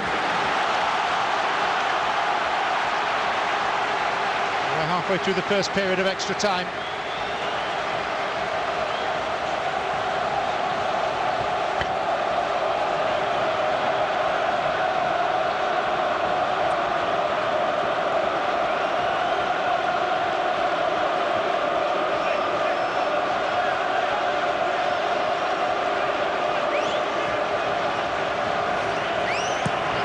beyond Cassetti. Tokyo. Yeah, good enough strike, just a long way out. I think he gets a little bit of movement in it that just deceives Speroni initially. Just there, yeah, just quite lucky actually. Speroni just stood his ground there. He got a fair bit of swerve on that.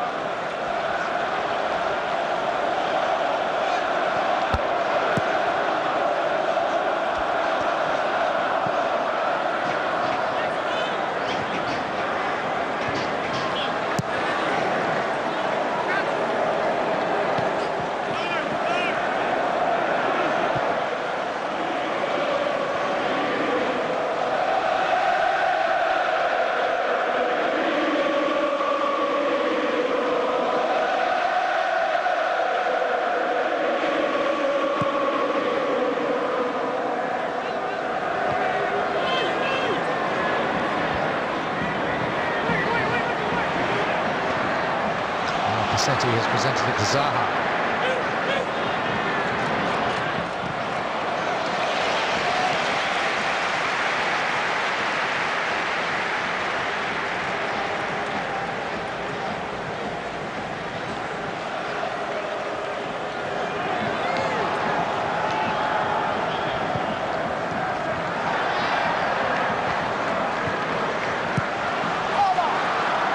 Cahill.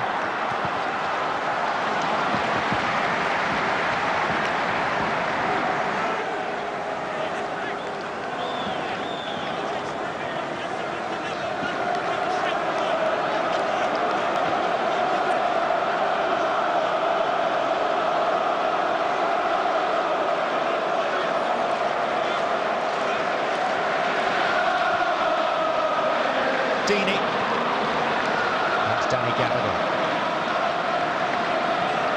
O'Keefe. Ward. Wilbraham. Taken back by Doyley.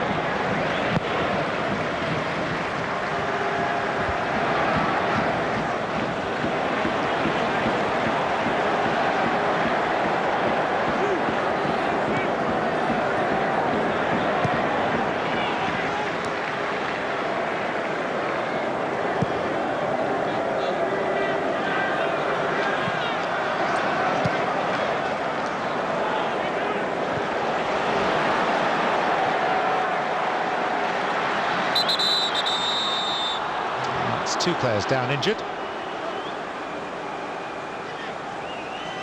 Delaney of Palace. And Forestieri's taken a blow to the lower back. Oh, it's well,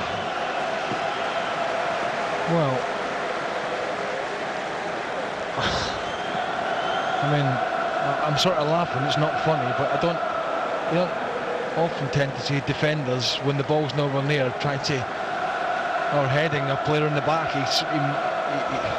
We'll give him the benefit of the doubt, but he mistimed that by a mile, Delaney.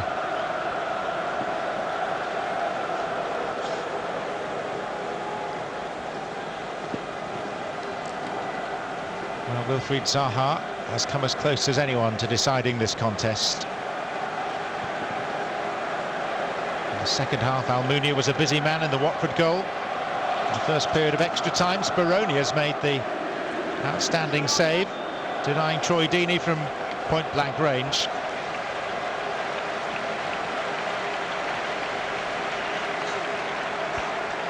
And I think as we approach half-time and extra time, which is about 3 minutes away, the players will be thinking about in the back of their minds. I think the dreaded penalties, because there has to be a loser on that front, and I don't think any player wants to be in that position.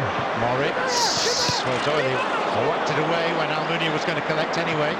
You just deal with it as a defender. That Doyley did the right thing there. It's a foul on Forestieri, but the referee plays advantage, which doesn't really come to pass. Forestieri still picking himself up. Here's Zaha. He goes down. That's a foul. It's a free kick. Forestieri's demanded to know why action wasn't taken when he was fouled. The answer was that Martin Atkinson played advantage.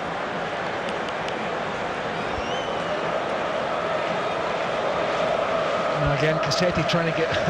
well, he had two nibbles at him. The first one, Zaha managed to stay on his feet. The second, he didn't. And this is the one Forestieri was complaining about after he was caught, I think, by Moxie, I think it was. Who has been booked.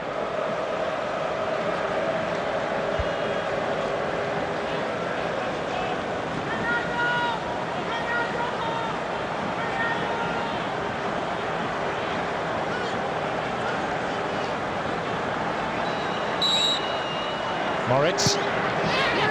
Attacked it.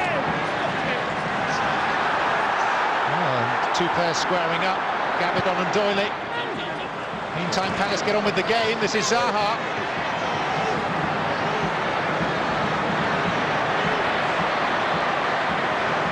And that's Delaney. Yeah, no real backlift here for the big centre-half. What Watford making sure they were doing was get 4 or 5 bodies around Zaha on the edge of the box. Just confirmation that Dean Moxie was booked for that first foul on Forestieri, even though advantage was played. Referee went back to it. Here's Gaho. Final minutes of the first period of extra time. Although we are told that there is likely to be 1 additional minute, stipulated as a minimum.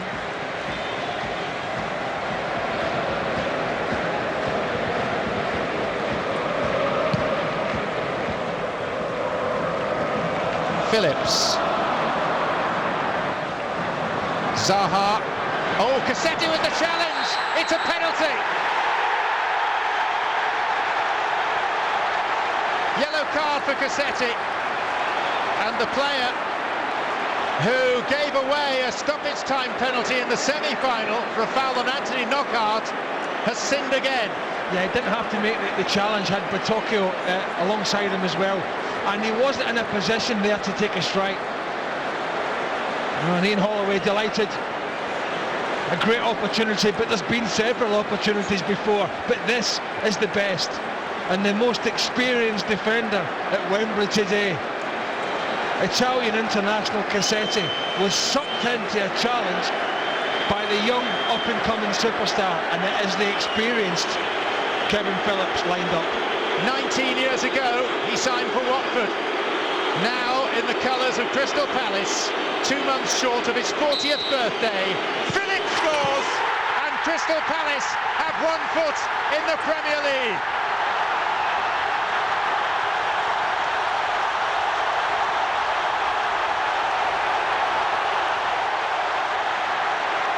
Well, I think he's reluctant to celebrate too much because, as you mentioned, he was a Watford player. But what I can tell you is Almunia, as you can see, goes the right way. And if he doesn't pick that very spot, then Manuel Almunia is getting there. It is a penalty fitting the occasion from a very, very cool-headed individual. And they're nearly there. They can feel it. His 280th career goal. Foul by Moritz. John, it was a great penalty, wasn't it? Because the goalkeeper, Almunia, he guessed the right way. It's a player's nightmare. It's a game of bluff between penalty taker and goalkeeper. And sometimes a keeper can make a good penalty look a poor one. But that was something special. That was nerves of steel. Box seat Crystal Palace. Can Watford come back?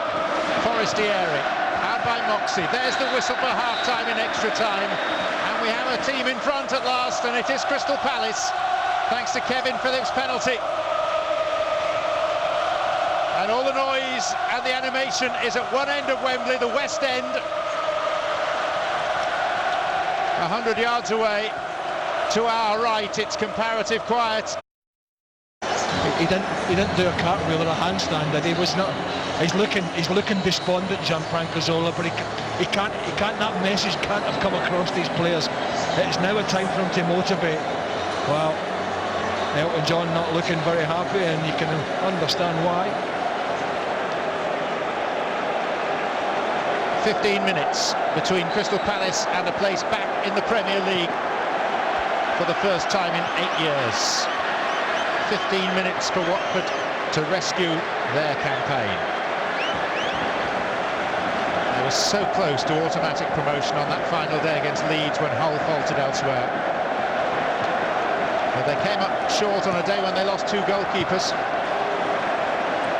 They were catapulted into the playoffs, got through in the most dramatic possible circumstances against Leicester in the semi-final.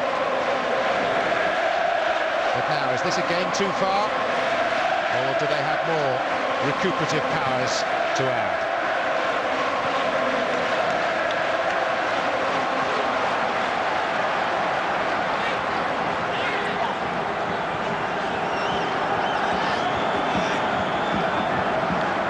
Doyley. Remember, on the previous 2 occasions that these sides had met this season, the side that scored the first goal didn't win. Cassetti. And it was by Ward. Zaha. Interesting that there's been no sign of Yannick Bolasie today, but he has picked out Phillips. Tremendous control by Kevin Phillips. Wilbraham, Moritz. Zaha is down on the far side of the pitch. Yeah, I think he's got a bit of cramp probably as well. It's well, I think 10 years ago Kevin Phillips would have been gone there, in behind, never to be seen again.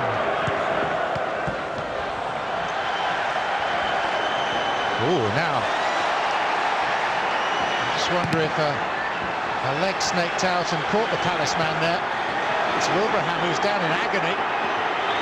Martin Atkinson saw nothing amiss and plays on. Forestieri. Delaney. And Palace put it out. Well, it wasn't Ekstrom, was it, who was one of the defenders there. Now, he was booked very early on.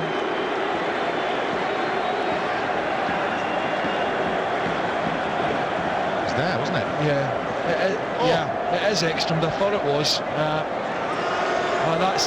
It's a straight red.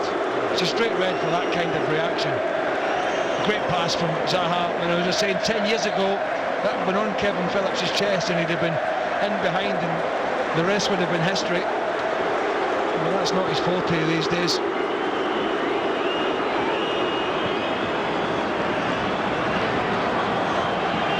As a result of that, with the referee not having seen it, Ekstrand may start next season with a 3-game ban. Although that may well apply to his parent club, Udinese, rather than Watford.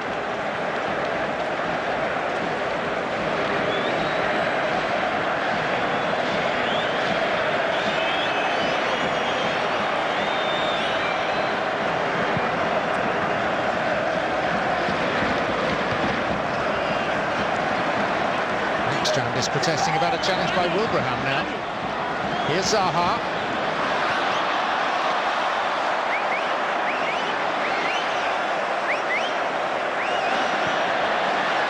Ward.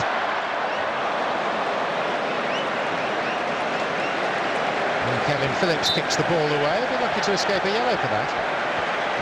The referee was looking the other way, actually, at something else. And he's now going to speak to Ekstrand.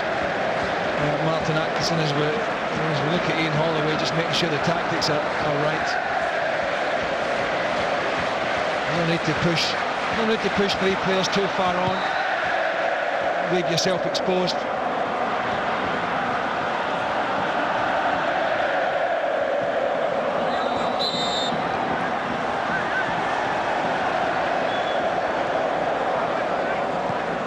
Hogg, Forestieri. Back for Jonathan Hogg. Palace still need to be careful.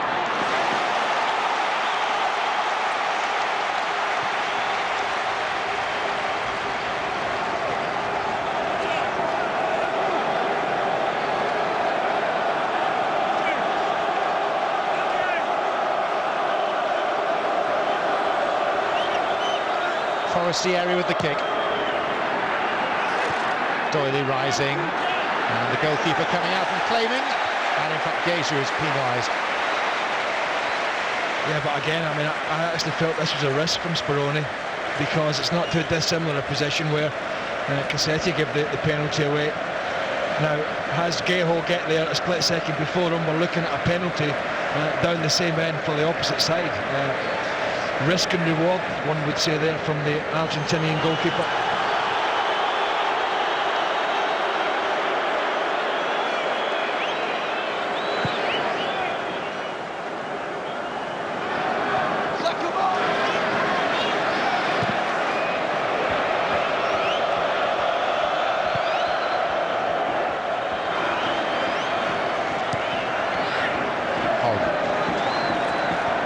Phillips, penalty the difference, scored in the 105th minute.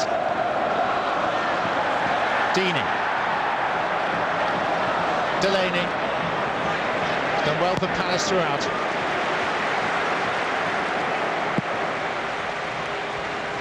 It's a long time since he played in the Premier League, Damien Delaney. Handful of appearances for Leicester at the start of his career.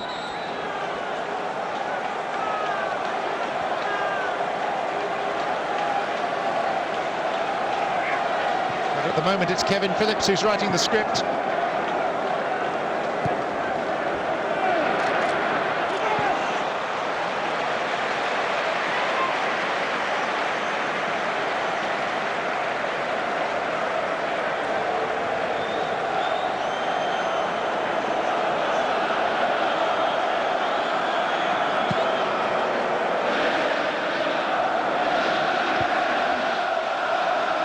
Wilbraham. Oh, and then a coming to there between Wilbraham and Pudil.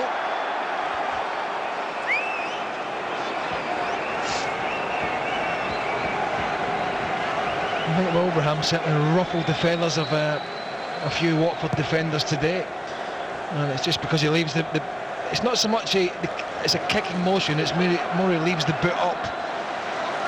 It wasn't the worst that I've ever seen, but I think at this stage of the game, frustrations are certainly starting to boil over for the players in yellow. Deeney. Well, he went down in stages and enough to convince the referee.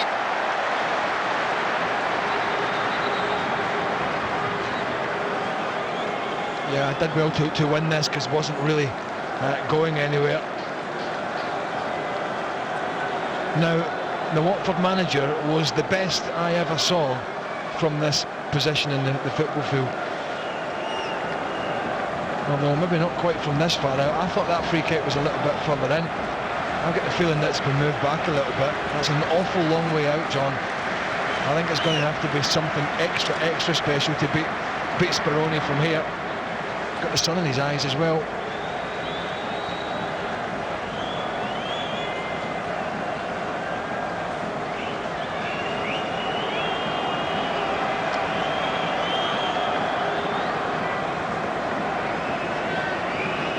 It's been left to Abdi.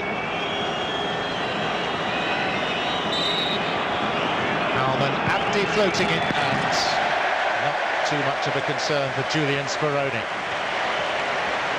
No, this type of technique has to be from 5 or 6 yards further in. It's too far out for that. From 30 yards, you're going to have to get some pace. You're going to have to generate pace in the ball to beat the goalkeeper. Just going for the direction and the little swervy one isn't going to work from there.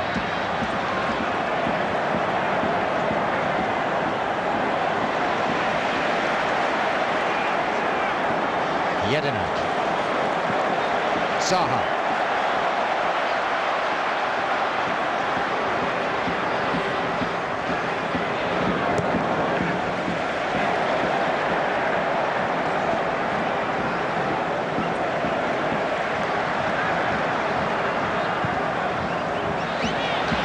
No flag, no whistle. Wilbraham.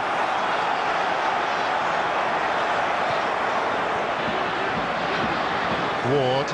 There are a few feuds out there, most of them with Wilbraham at the centre of Watford's anger, and he's given them the slip again. A little early, is it, to be seeking sanctuary in the corner?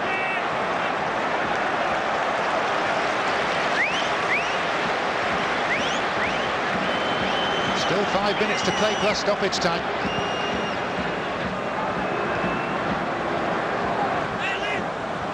Geho.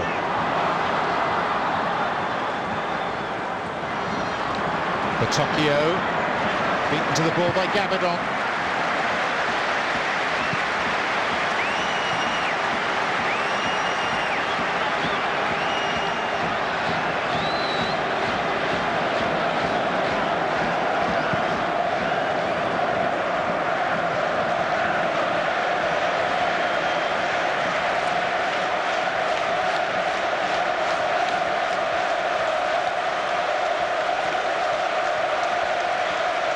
Not far from the promised land now. Ian Holloway, who took Blackpool up via this final 3 years ago, who suffered disappointment with Blackpool just a year ago.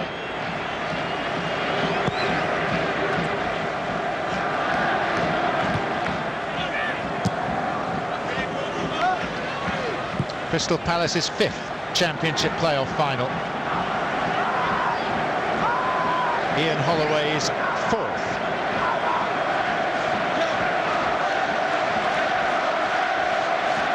Watford staring into the abyss of despair.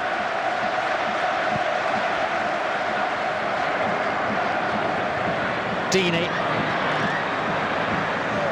Toe poked out of play, deflected, and Watford have a throw, and there's still hope. Well, what they haven't done up to this point, they've not created anywhere enough clear-cut, well-worked opportunities, and time is running out fast for them to do so. Deeney.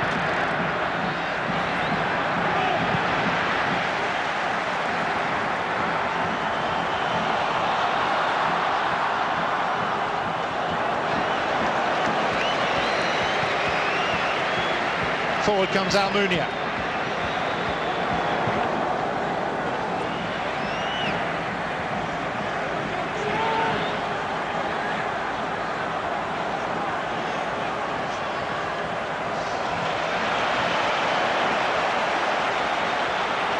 Stewards appear on the far side, ready for the presentation. Delaney with the defensive header.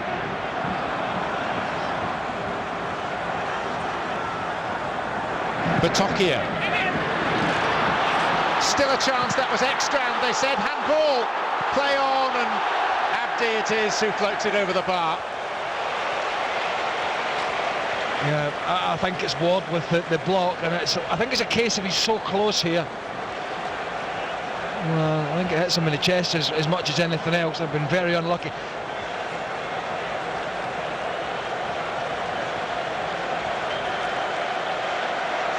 And I think he'll certainly be shouting for it.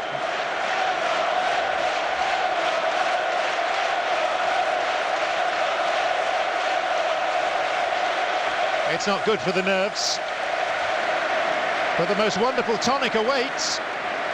Maybe in just a couple of minutes' time if you're a Palace supporter.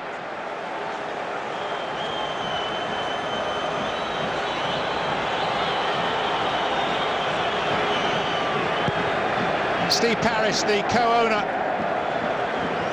waiting to acclaim the moment. His friend Mark Bright alongside him.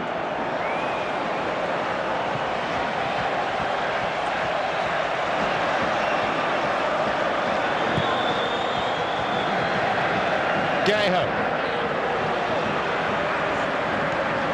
Forestieri. Zaha. Moritz. Wilbraham carefully trying to keep himself inside his own half so as not to be offside.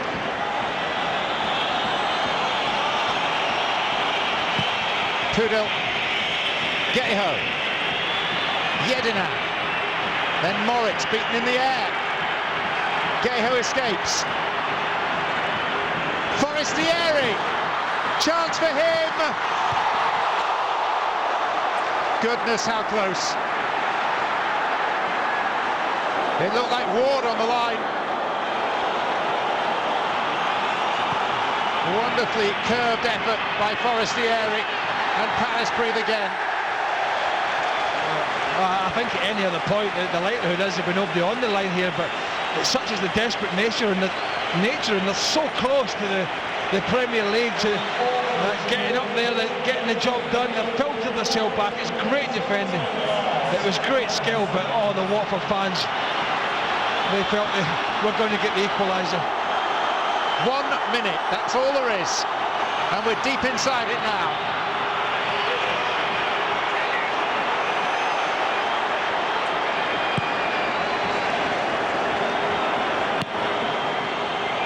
Hoisted by Batocchio, on by Gayho. Palace need it down the other end, which is where it's heading now, but not for long. Nerves tight around Wembley Stadium. Didi! It was deflected, it's only a corner. Perilously close to an equaliser. Do you know, Sam, it was a great lump down the field from Muni. It landed right on the penalty spot. I think the keeper, Speroni, was going to get there, but one last opportunity. Goalkeeper's up, Almunia forward. The defending is good enough for now, but it's another corner. And it'll be the last play of this playoff final. So Almunia stays upfield. Watford's last chance. Forestieri headed out. There's the whistle. Crystal Palace are back in the Premier League. Zaha the youngster, Phillips the pensioner, and between them they have sent the Eagles soaring.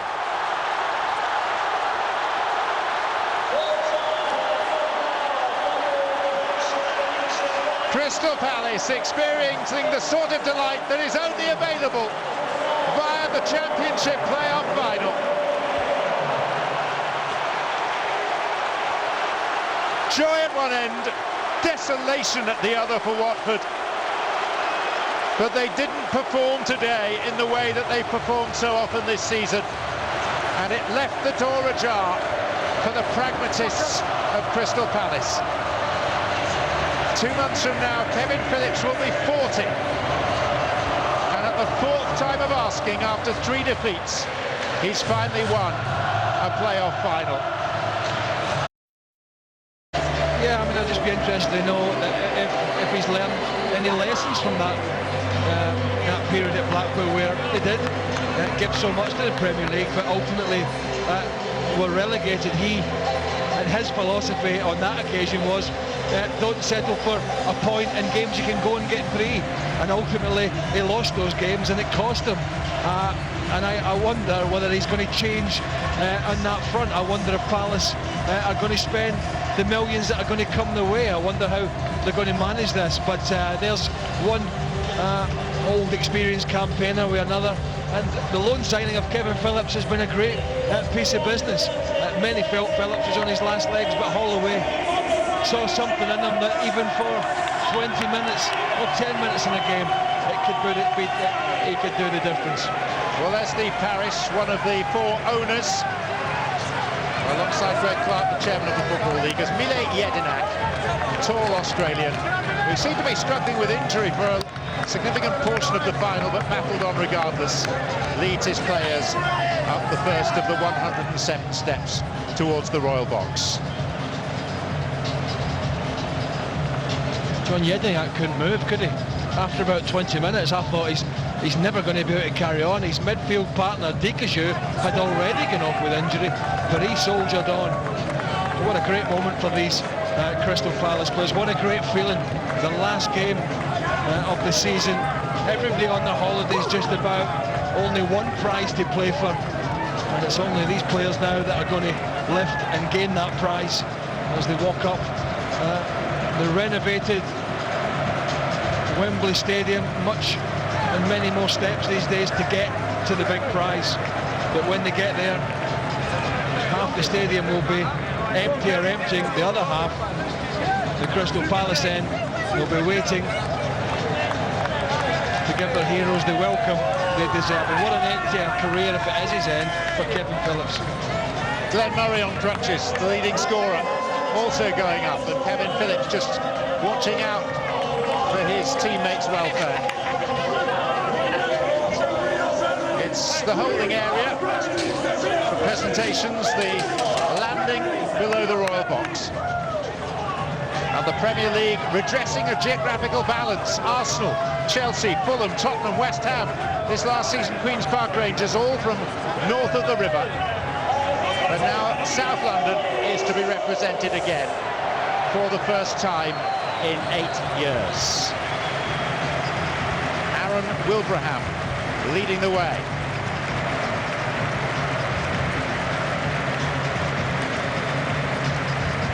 And the officials and owners and supporters and manager of Crystal Palace taking a few deep breaths.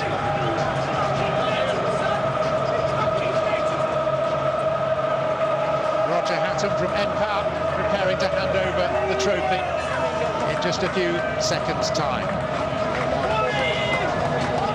And Watford politely watching. Troy Deeney, who began the season in prison and hoped to end it as a Premier League player, will have to think again.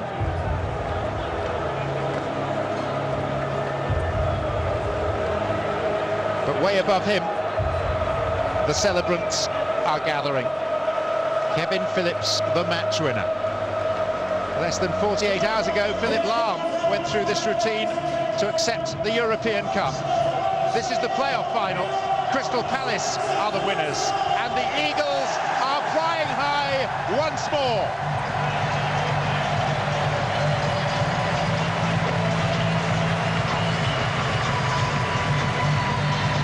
The legions from South London, from Croydon and Thornton Heath and Selhurst and beyond. Eddie Izzard, their celebrity supporter in the midst of it all. Enjoy a feeling that the club hasn't experienced for a long, long time. Their last promotion 9 years ago when they beat West Ham in a playoff final.